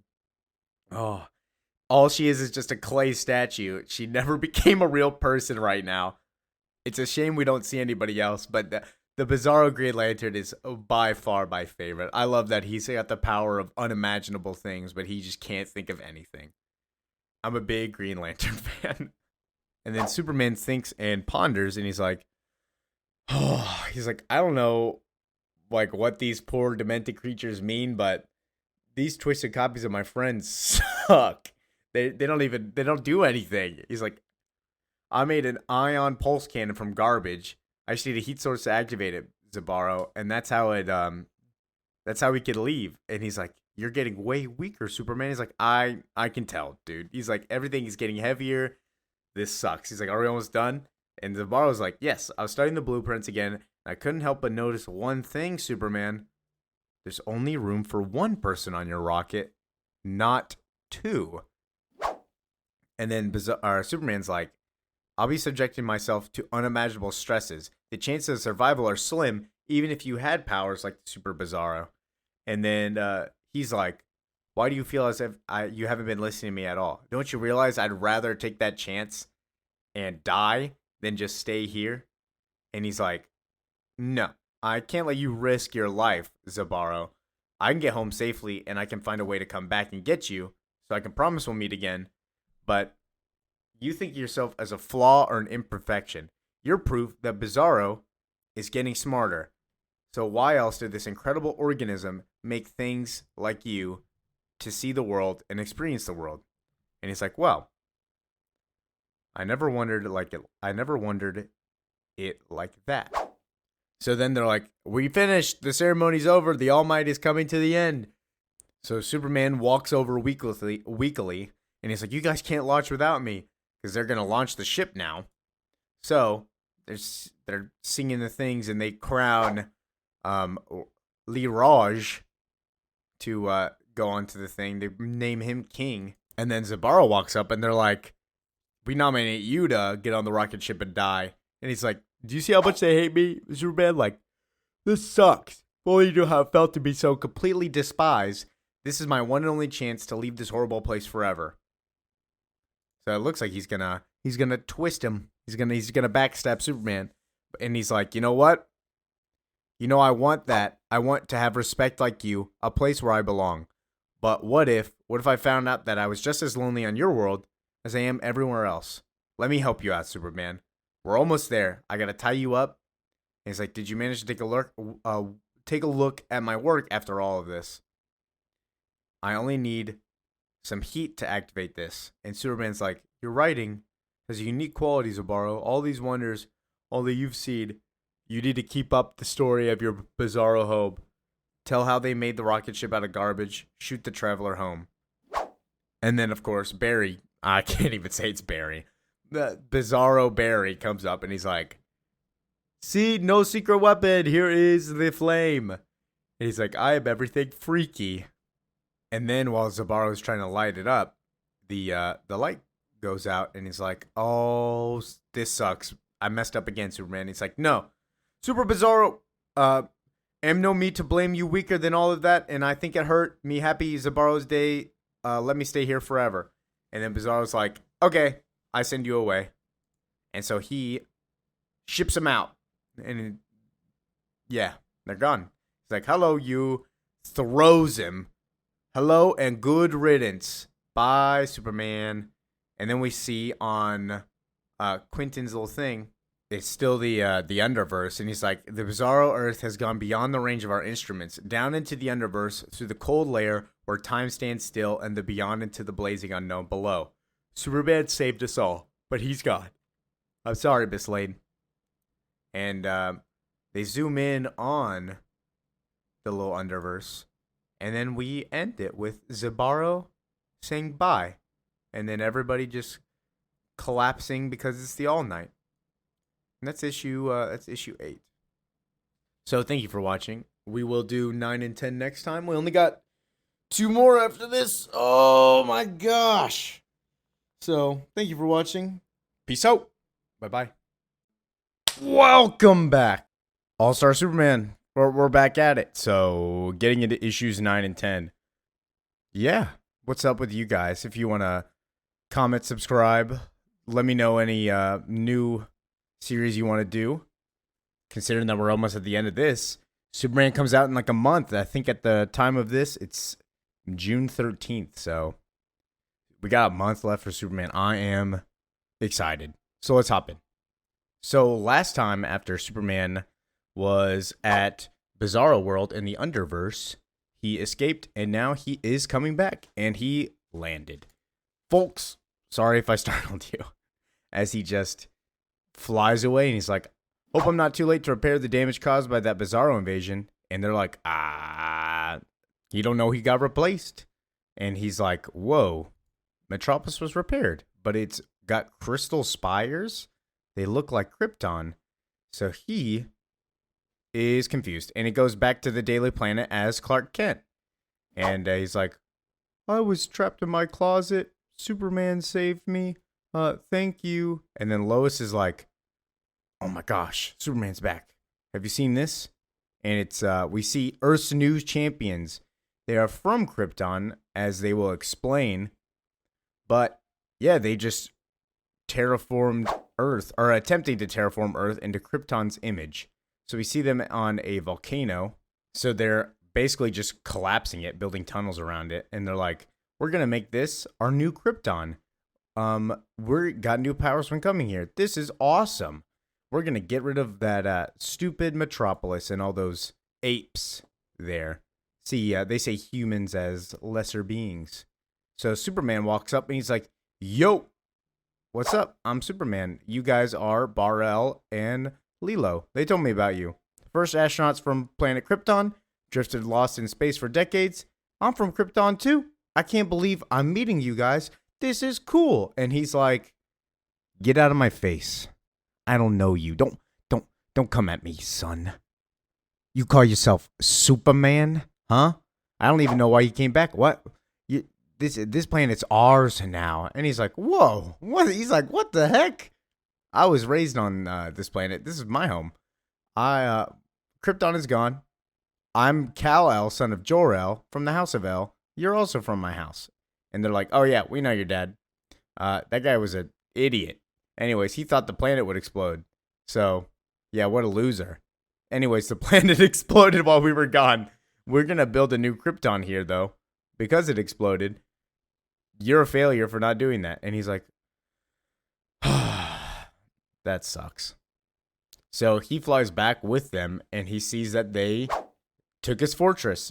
And they're like, yeah, you shouldn't have left your key laying around. Of course, the only people that can lift his key is the people that are as strong as Superman. Which, to be fair, is a lot of people, right? Like, I feel like a good chunk of people could lift Superman's key and just use it. Like, I don't know. I'm not going to get into that. But, yeah, they go in there, and Superman sees, like, the condition of the place sucks. These robots are dying and stuff. He's like, you got rid of all my stuff, my statues of my parents. And he's like, yeah, we don't really celebrate, we celebrate life on Krypton, not death. So they're like, Lilo, to be fair, is like, by the way, you have a bunch of people in this glass home. They're from Kandor, our city. This is terrible. This is a disgrace. He's like, you spent so much time leaving them here and you didn't even figure a way to save them. He's like, no, a Brainiac put them there. I've been trying to find out how to restore them. And he's like, you suck. You lack ambition. We will make Krypton come back again on this planet. And then Bar-El is like, our planet was devastated, yet you preserve most of our people in a glass little case and inside of the Phantom Zone. These people in the Phantom Zone are better than any of your great human apes. You should be ashamed. And Superman's like, well, you don't see it the way I see it. I was raised here. I was hoping you could replace me, but I don't think you have the best interests of this planet at heart. And then Bar-El's like, oh, like you puffing your chest at me, big dog? You want to fight? Like, you betrayed your heritage. You went native. You left us. And then he just punches Superman, and Superman just takes it. Superman doesn't even fight back, which when I first read it, I was like, dang, that guy just beat up Superman. But I think Superman just did it because he's like, I'm not going to fight I'm not trying to prove a point by fighting. I'm trying to win the intellectual battle. So, but yeah, Bar-El's like, you won't stand in the way of progress. You know what I see when I look at you, Sonny? A soft wee son scientist. And they just pick him up, throw him into the moon. They crack the moon. Very important. They crack the moon and then throw him back down. And Superman's like, oh my God, you broke the moon. What are you doing? And then Bar-El and Loli pick up this Golden Gate Bridge and just, or not even the Golden Gate Bridge, multiple bridges, and just they stitch back the moon. Then we cut to Jimmy. Oh my goodness. Jimmy Olsen. By the way, let's just I'll leave that in. Let's just cut the Superman trailers. Superman marketing has been going crazy. I mean, the popcorn buckets are cool. I'm a big fan of the popcorn buckets. The Galactus one for Fantastic Four is awesome, but I'll never get that. But the Superman one, Crypto's Superdog Bowl, awesome. All the trailers and stuff, all the TV commercials that they've been doing, mixing with other companies, the clothing, oh, so good. I gotta buy a Superman hat before it comes out. Amazing. This movie is gonna be amazing, and I'm a Green Lantern fan. Always been, always will be. Oh, so good. Anyways, sorry that little blurb there. Jimmy Olsen's like, after 2 whole months of listening to him talk about how amazing Krypton was, I caved in, so I started wearing Krypton clothes. I almost said Kryptonite clothes. Krypton clothes. He's like, I'm an expert in all the styles. Superman is still there. As Clark, Lombard comes over and messes with him again, sets his coat on fire, and then he heats his hair up, heats Lombard's hair up, and burns off his toupee. And then Bar-El and Lilo come over, and they're like, what are you doing, Superman? Pretending to be a human? He's like, this is where you hide out? Like, you're a disgrace. You live with them. The people in the Daily Planet are like, no idea what's going on. But Clark slowly gets out of there. And then we see Lilo just kind of collapse onto the ground. And then Bar-El smashes down too. But he catches Lilo before she hits the ground, and Lilo's like, oh my goodness, like I can't see. And then Clark explains, he's like, as far as I can guess, you passed through a certain radioactive cloud in space which caused the minerals in your bodies to turn into kryptonite. It can't kill me anymore, but it was weakening me. But for you, your own bodies are poisoning you, Bar-El. And Bar-El's like, what? Like, we came so far together. And he's like, let me help you. Like, I'm supposed to, I can help you. I'm a person. That's what I do, is I help people. And Bar-El's like, we don't need you. We should be among our own people. And then they both become blind. And honestly, that is one of the most terrifying. Like, those last 2 panels on the bottom. Oh my gosh. So horrifying and morbid. Not because of the visuals, just because of the implication. Because of the implication. Oh. So Superman takes them back to his Fortress of Solitude, sets them up, and they can communicate with their brains through this little cloud device. Basically, they're like, after all I've done, you still show me kindness, Superman? And Superman's like, yes. My Earth parents taught me respect for my elders. They're not all barbarians, Bar-El. In contrast, in the movie, he says something similar where his parents have taught him forgiveness. I honestly like that line a lot more. I've done what I can to make her comfortable, but I can't neutralize the kryptonite in your bodies. Not in time. After everything we've done, you still show us kindness. My Earth parents taught me forgiveness. Humanity has a lot to teach us. But Bar-El's like, thank you. I'm proud to call you my kin. Krypton's great heart lives on in you, Superman. Clark's like, you're right about one thing. I am a scientist, son. It's in my nature to observe and learn and not interfere so much. I could have done more, but I can't change that right now. So he's like, we don't have much time. Am I allowed to do this one thing?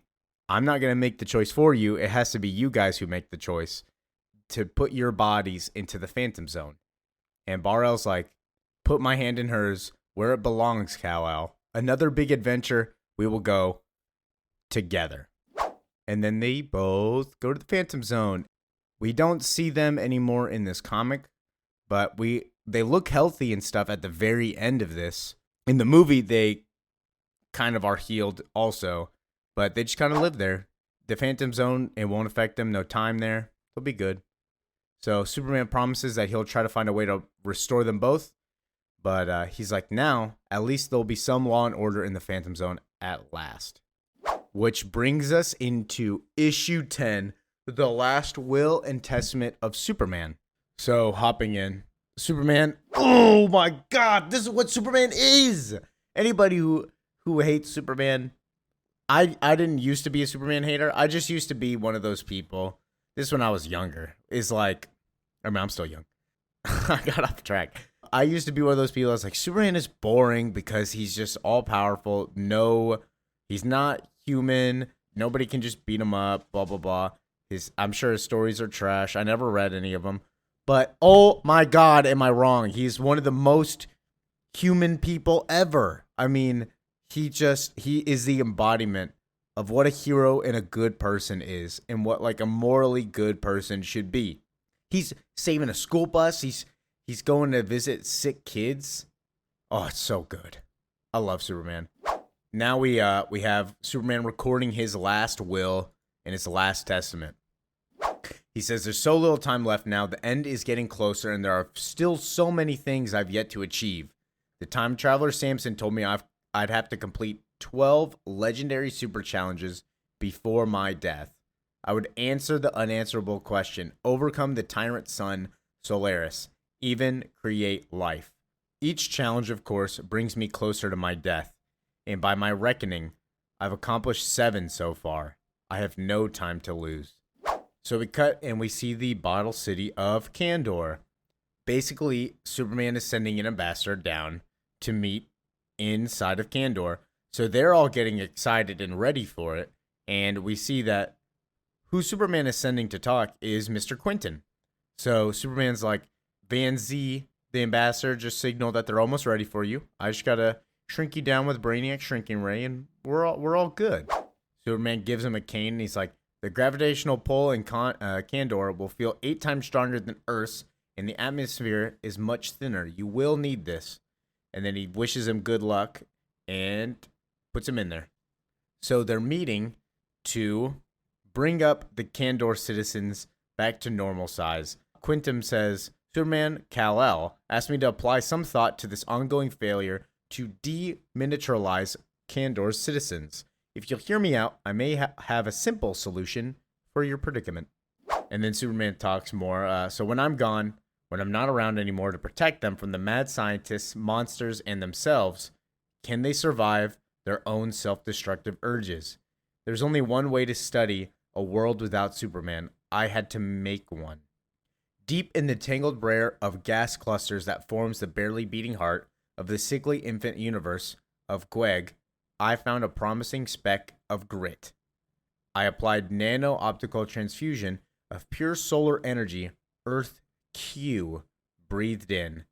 There on those hostile shores of infinitesimal oceans, life seized its moment. So Superman created life. He just wanted to see a world without him, without Superman, to see how they would react. So it's cool. Then we cut to Superman saving another day. A train gets derailed. Apparently a giant robot is here. As the construction crew talks, he tore apart looking for this, just dropped it when that reporter got in his way. It looks like some time capsule. 2312 says the date. A time capsule from the future buried in the past. And then Superman's like, well, I can't look in this. This is lead, but I will be back. So hold this. And he flies up and sees that Lois is captured by this robot, and he just busts through this robot's skull, which is piloted by a man. But Lois is like, this guy's on a chase for Luthor. It's not worth it. This guy has Alzheimer's. And then Lois goes on, don't fly away, Superman. You do realize I ran straight into a Mecha Man's warpath because it was the easiest way to get your attention. What does that say about how much we need to talk? Why don't you want to talk to me, Superman? And he's like, when I'm done, we'll talk about everything. Like, don't worry about it. And she's like, I know that you're dying. Quintum told me. And then Superman's like, what the hell? Quinton's like, yeah, I'm sorry. It just slipped out. Just felt wrong that you didn't tell her. But Lois is like, you'll be safe. It's okay. And then Superman, this is the present. As she spoke, I watched 35,000 dead skin cells scatter like confetti, like promises, like the dust of dead stars. And he tells her, our biology is incompatible. We can never have children. We can never have more than this. And then he hears somebody attempting to commit suicide, and he's like, I have to go, Lois. Somebody else needs me. And then he saves Reagan. This is what Superman is. I hope that they do this in the movie. I hope they do something similar like this, because amazing. It's just he's a friend. What's that one Christopher Reeves clip? He's a friend to everybody. Oh my God, Superman is so good. This appeal that Superman has, that's more than just a cartoon character. Philosophically, what does Superman represent to people? A friend, and that's what people really need most. So we cut back to Kandor with Quintum. They have the debate of what they should do. If they become giant again, they'll get the powers of Superman, but they'll lose the entire purpose of what they are. And then the other argument is like, we will be Superman. So like, do we have an obligation? Are we confusing matters of pride with matters of scale? Like, what do we do? And then another group comes in. They're like, we understand Superman's life's in jeopardy. 5 of us of the Condor Emergency Corps have a plan to save him. Some of this doesn't even matter. Will you help us as you once did, Van Zee? And then we cut to Superman. Superman says, finally replace the last of Earth's bridges. And then we see Earth Q is developing slowly. They're building, they went from caveman drawings to building sculptures. And Superman is seeing that his cells are still exploding. And then he visits Lex Luthor. He tells Lex, you won. I'm dying. The world is yours at least for 3 weeks you have left before they execute you. 3 weeks, Lex. I challenge you. All those things that you always said that you could have done to benefit humanity if I haven't been in your way, do it. It's not too late to put that brilliant mind to work. There's good in you, Lex. And then Lex just spits at his face. So Lex will never do anything good because of Superman. Oh, Lex's ego too much in the way. Then we cut to Superman. He went back to the Fortress of Solitude and opens up the lead box. And we see that's a little thing from Superman in the future. He no talk no good. Greeting Superman at the 21st century. I don't know how to talk English. I Rumac 2 scientist at the 24th century. I can't understand that. But basically he gives Superman a warning. A solar intelligence warning. And then Superman's like, my 8th challenge is on its way. Almost completed my new costume. So Superman meets up with Quintum, and to the proud survivors of Condor, my kin, I have a 3rd golden age, a 3rd solution to our problem. Here on Mars, they're as powerful as I am, still far enough away from human culture to allay the fears of Counselor Zora and others like her. Why didn't I trust them enough to ever think of this? And then Quintum's like, we have a lot to learn from them. Like, they survived and kept their culture free to breathe and expand. And then Superman's like, I can see something destroying Metropolis. I gotta go.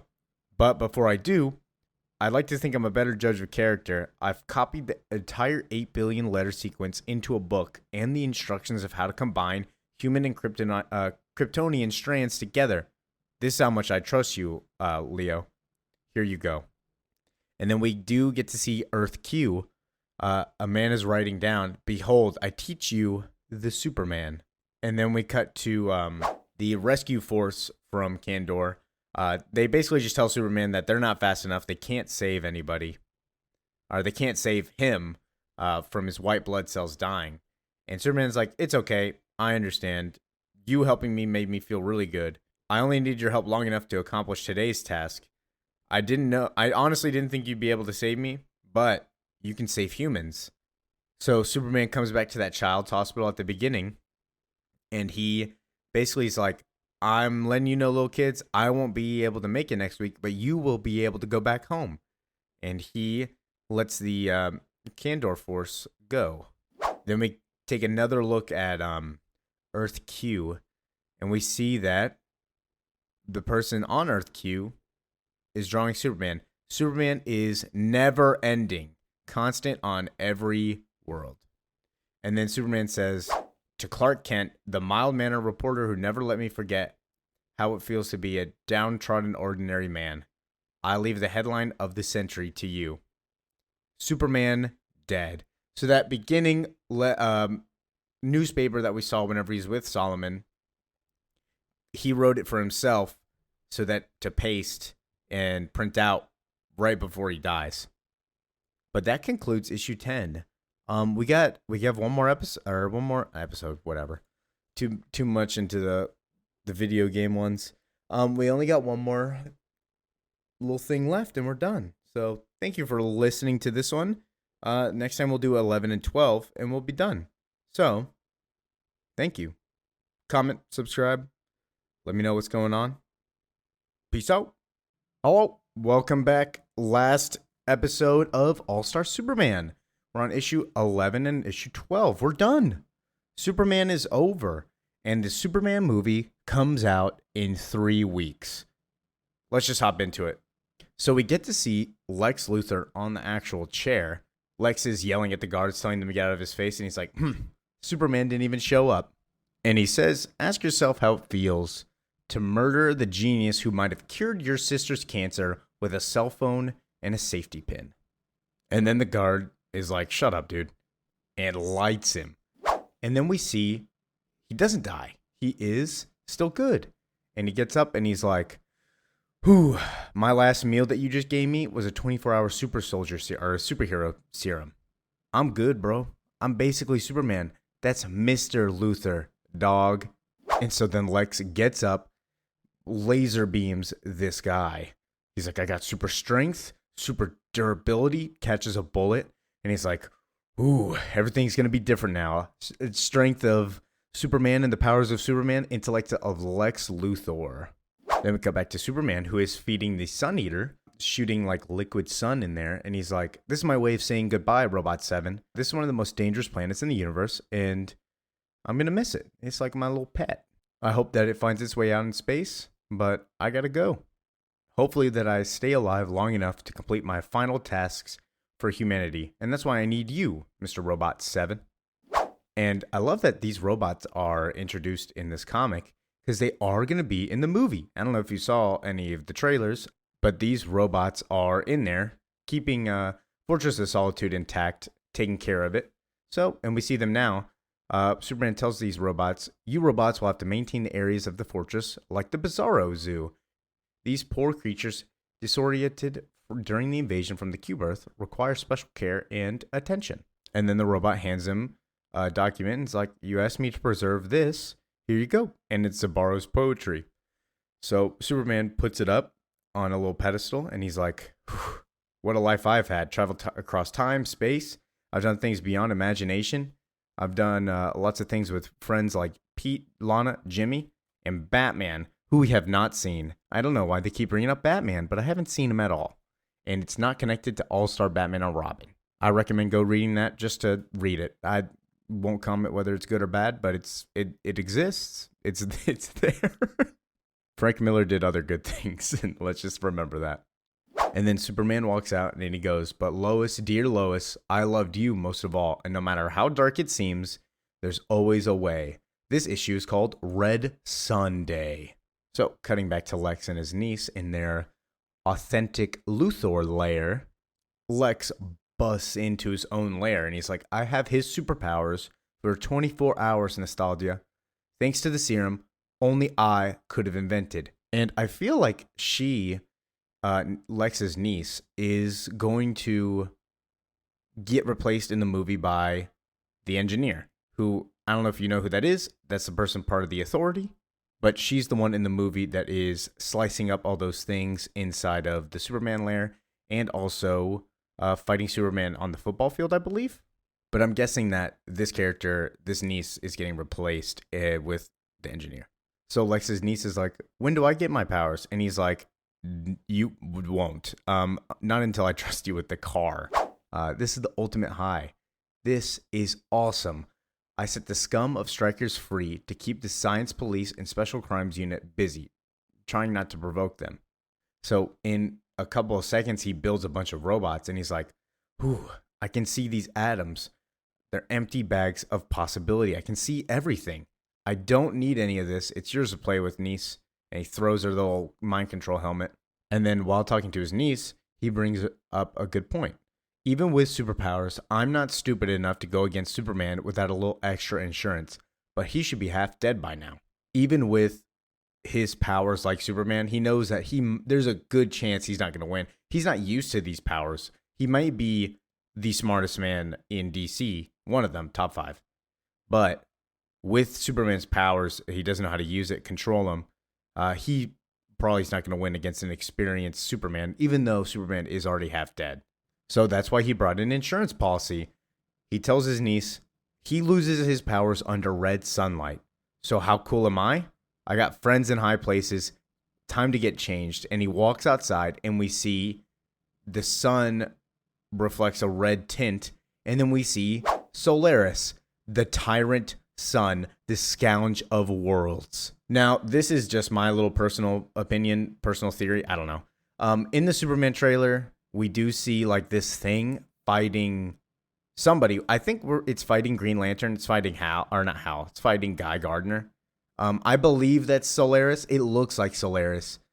Like in the movie, I think that Lex made an Ultraman clone. So that's what that thing is fighting Superman on the football field. And it's apparently supposed to be the same as the Hammer of Bolivia. And then also, I think he's just pulling out all the stops. He faces a tyrant sun. He's the main villain of that movie. So I think he's pulling out Solaris. So this is kind of what Solaris is just a tyrant giant sun robot thing. But now we see Superman's suit that he was working on before, a white reflective suit. Instead of his black suit with the mullet, oh, so good, that absorbs all the sun, this one's going to reflect some of the sun. He's fighting a red sun, so he doesn't want to absorb all that sun, you know what I'm saying? And he says, Luthor's secret ally is here. My final adventure is about to begin. This is Superman signing out. And then he puts the helmet on. Oh my gosh, he looks so cool. He's like, you're all receiving files on Solaris. You'll be able to hear his voice on the 103rd megahertz wavelength. And then it's him, and then all of his androids follow behind him to go fight Solaris in space. And then Solaris says, oh, why aren't you powerless inside of these red rays that I have? And Superman goes, you really expected to surprise me? I made this solar suit to protect me from red sun so that I can even the odds against you. And then Solaris is like, I will kill your son. It don't even matter, big dog.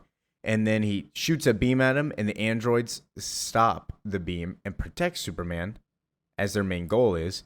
And then Solaris is like, you have new powers? When you are dead, I will replace the sun in the sky, and I will be the only sun. Your people will bow to me, pray to me, or die in the darkness. And then we see Superman's like, he'll wipe your file. Stay away from him, robots. And then Robot 7 says, I must atone. Solaris invaded me. He stole the formula. He stole the formula from me, Robot 7, and he gave it to Luthor. So that's how Luthor found out how to create that super serum that turns him into Superman, is he stole it using Solaris, who stole it from Robot 7. And then we see Robot 7 pass away, unfortunately. Forgive 7. What a G. Shout out to Robot 7. Gotta be my favorite character. And then a surprise shows up. The Sun Eater that Superman takes care of pops in, and Superman's like, no, please go back to your own kind. Don't do this. And then Solaris is like, what is that thing?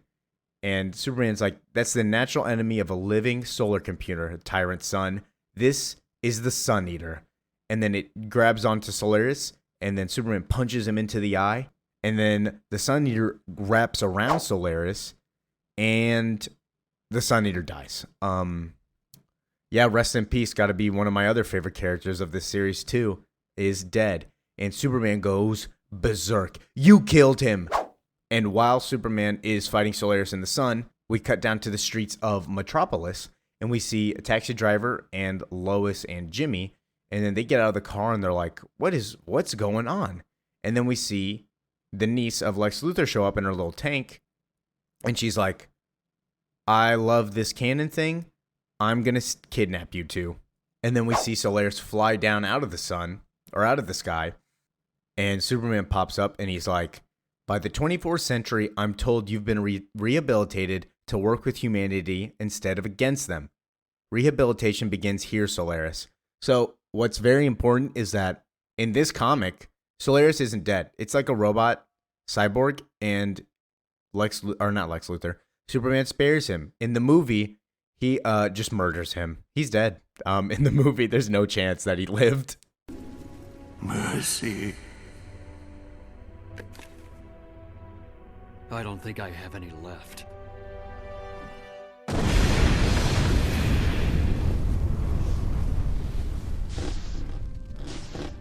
So Superman in this punches him, and it's like a little mini bomb, and he takes his heart out, and then he takes off the costume. In the movie, he does the similar thing, but Solaris explodes, and we never see him again. So cutting back to Jimmy and Lois Lane, Jimmy's like, "You're quite stunning. You're gonna be all over the front page, Miss Lex Luthor's niece." And then she's like, I honestly don't care. I'm going to disintegrate you guys. Now go tell everybody that we're going to take over the world and that Superman's going to die. Go, hurry up. Run. So then we see somebody running through, and whoa, Great Caesar's ghost, man. You look terrible. What are you doing, Clark Kent?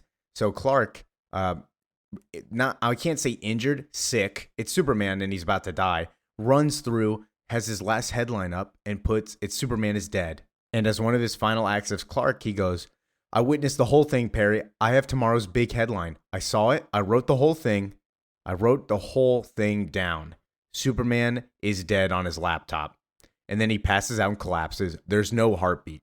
And then we have somebody bust through the Daily Planet. It's Lex. Clark is the least of your worries. And that's the second to last issue. So getting into issue 12, we're not gonna skip a beat right here. But I do want to take a quick pause. I love this cover. This cover is so good. Yeah, Lex Luthor, I understand that the fit is hard. I see it. So starting this issue, unexpectedly, Superman is like, "Dad, what are you doing here? Why are we here? Why did you bring me all the way from the Science Plaza during a major earthquake? What are we doing?" He's like, "We were busy at the Neo Consciousness Labs, and you ruined my time, Dad." Jor-El is like, "I'm going to tell you something. I'm dead, and you're also dead, and this isn't real because Krypton has exploded." And then Superman's like, "How can this be? This is Krypton. Do you have like a scarlet fever?" And Jor-El's like, "No, dude. You're dead. What do you not understand? You died defending humanity against the great tyrant sun, Solaris. You got a toxic overdose of a yellow solar radiation. The 29 wonders of Krypton and our shining cities were all lost, Kal-El. Our art, our proud history, our very names are erased from the screens of posterity. Consider us, a whole civilization of Superman reduced to dust by capricage of cosmology. Think then how precious and how fragile all those little things you value are, Superman." This is where we reveal that in this little reality, Jor-El stabilized Krypton's core, is what Clark thinks. And then Clark is like, "So if this isn't real, what happened? Where am I?" And Jor-El explains, "Kryptonian cell structure adapted over millennia to store energy from our red, dim star, Rao. Matter energy cannot be created nor destroyed, Kal-El, nor can consciousness. After bodily death, Neocon lab studies confirm individual awareness keeps going on for a time and builds itself thought palaces. Complex hells, as they say. So basically, Superman, when he died, went to his own hell. And then Jor-El gives him a choice. Either remain here in the field of living fluid consciousness in hell, or go down and fight Lex Luthor one last time. The choice is not that hard. I mean, would you rather be in hell or fight Lex Luthor and win again? Ooh, you decide. But Lex Luthor says, "You guys of the Daily Planet shit on me on the news, so you have to decide who lives and who dies in your office. Because now I rule the world." And then Perry stands up. "The truth sent you to the chair, Luthor." And he's like, "Whoa, is that right, Mr. White? I don't see the truth anywhere here right now, do you? Like, what color is the truth? Can I see it? Can I touch it? Like, I don't think so, man. Then Lois steps up. I know what that power's like. I felt that rush, that clarity of the super senses. It's really cool. Just think for a minute, Lex. And then Jimmy pipes in, she's right, Mr. Luthor. And he turns on his stupid watch. And then Lex is like, dude, why did you turn on the watch? Superman's not going to help you. Also, Lois, you're an ambitious girl, and I can find some room in my outfit for a propaganda spokesperson. Then we cut to Superman. And Superman's talking to Jor-El. If I'm dead, Superman's dead. There's one more labor. Like, so how does that work? If I didn't complete all the labors and I'm dead, how do I do that? And Jor-El's like, there's always one more. Your work is done, but you have to show them the face of the man of tomorrow. You've given them an ideal to inspire to, embodied their highest aspirations. They will race, stumble, fall, and crawl, and curse, but finally, they will join you in the sun, Kal-El. In time, you will no longer be alone. For Krypton, it will always be too late. But the best of us will survive in you, Kal-El. And we see Krypton kind of breaking around him as he flies up with his dad. He continues on, all that is impure will be burned to ash. All that is strong and great and true will survive and be reborn in you. And then Krypton explodes. And as Krypton explodes, we see that Superman actually wakes up. But Lombard is like, I'm sorry for all those times I played tricks on you. Wake up, please, Clark. And Lex continues on. Why waste your time on Kent?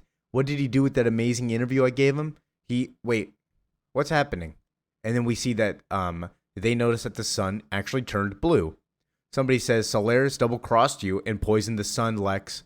Someone or something exploited your vanity to get revenge on the whole world yet again. You're an idiot. And he gets all mad and blows her down. And then he picks up Jimmy and throws Jimmy after Jimmy tries to do something to Lex. And he's like, anyone else feel like acting out in front of the most powerful man on Earth?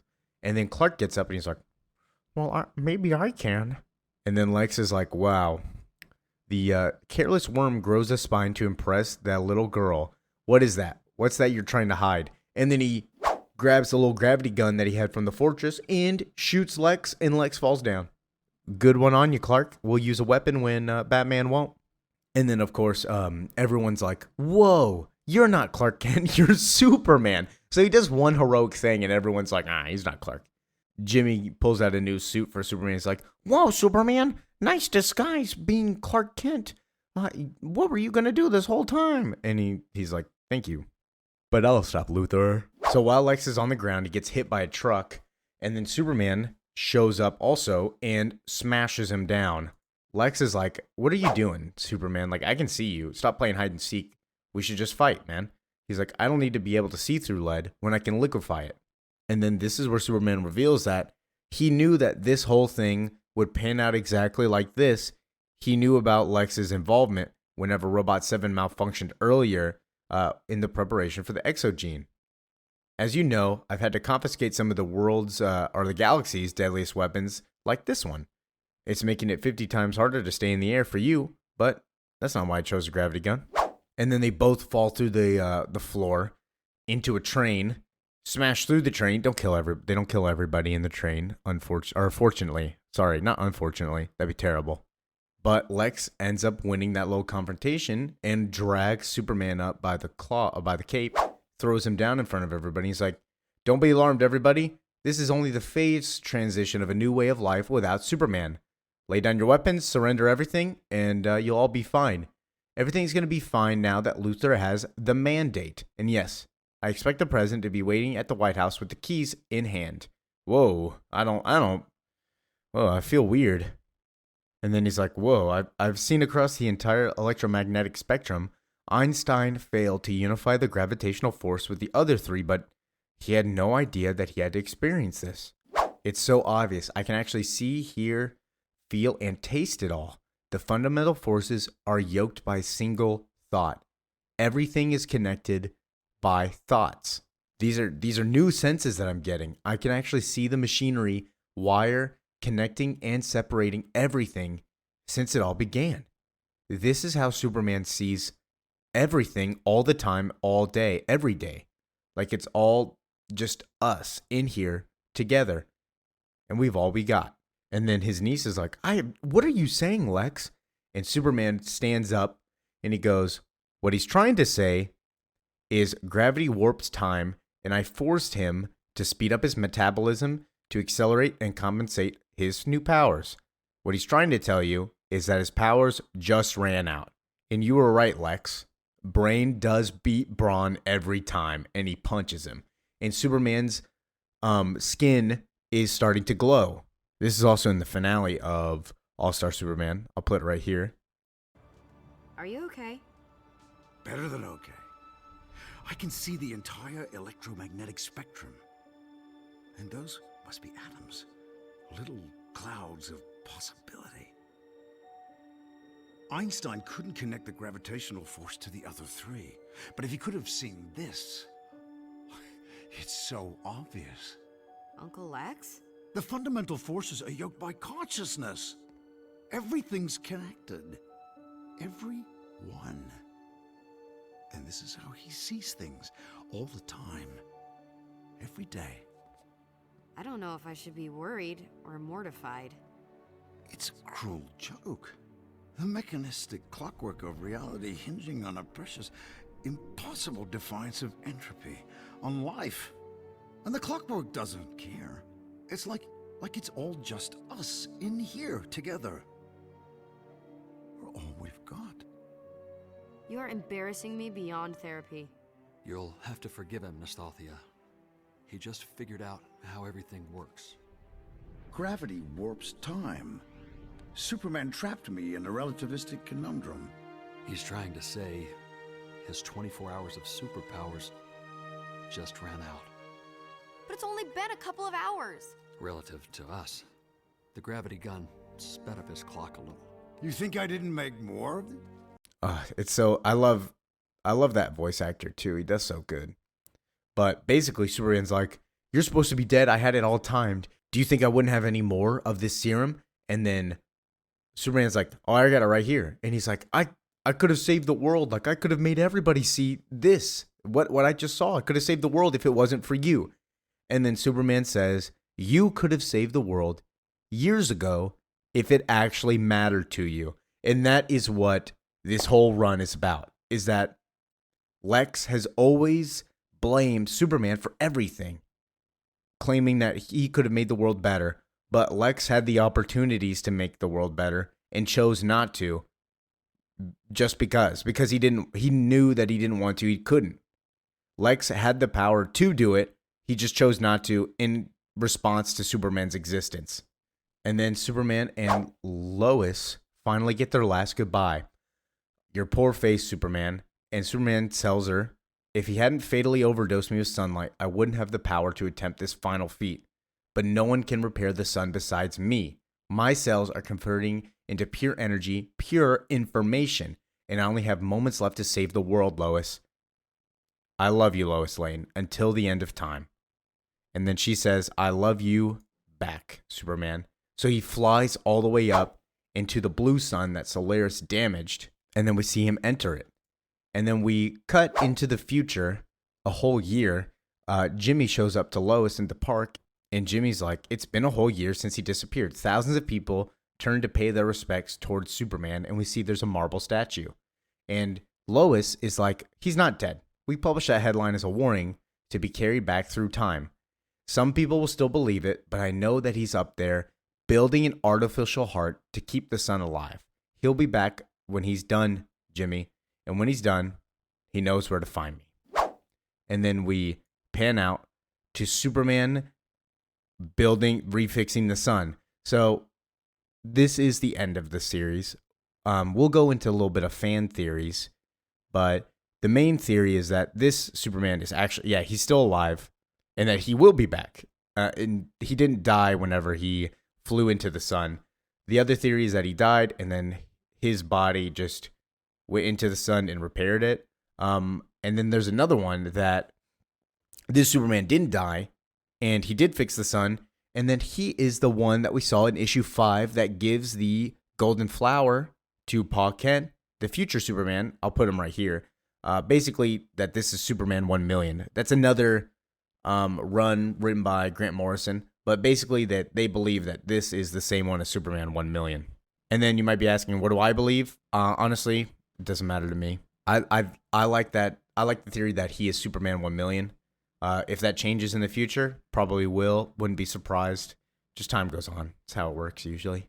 So the last page of last couple pages, sorry, of the issue is that Quintum goes up onto the moon again, and he's like, wonderful ceremony we had. Luthor even seemed to find some closure in the face of renewed global calls for his execution. He's so faded, so small, now that he finally got his dearest wish of Superman dying. A world without Superman. The challenge to human ingenuity. We all have to make sure that it gets taken care of while Superman is gone. And then his assistant's like, what if he never returns? And Quintum says, I wouldn't worry too much about that, now that we know how Superman is created. And we see this little project, Project Superman 2. And then one last thing is that people believe that Quintum, Leo Quintum, is actually Lex Luthor from the future, and then he went into the past and actually did those things that Superman said, like, why didn't you fix the world? Do I believe that fan theory? No, but I think it is interesting to read it that way also. I like reading it without that way as just a person that helps out Superman for the good of it. Rich dude having fun, the little wacky side character. But if you do read it as that this is Lex Luthor after the events of this story have happened, I think it's interesting to read.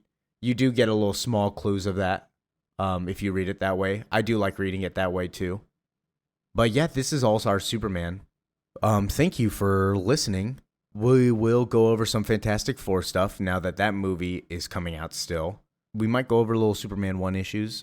We got 3 weeks until it's over, so thank you for listening. Thank you for watching. Whatever you do, however you choose to listen. Leave a comment, subscribe. Send me some suggestions. I love reading all the comments.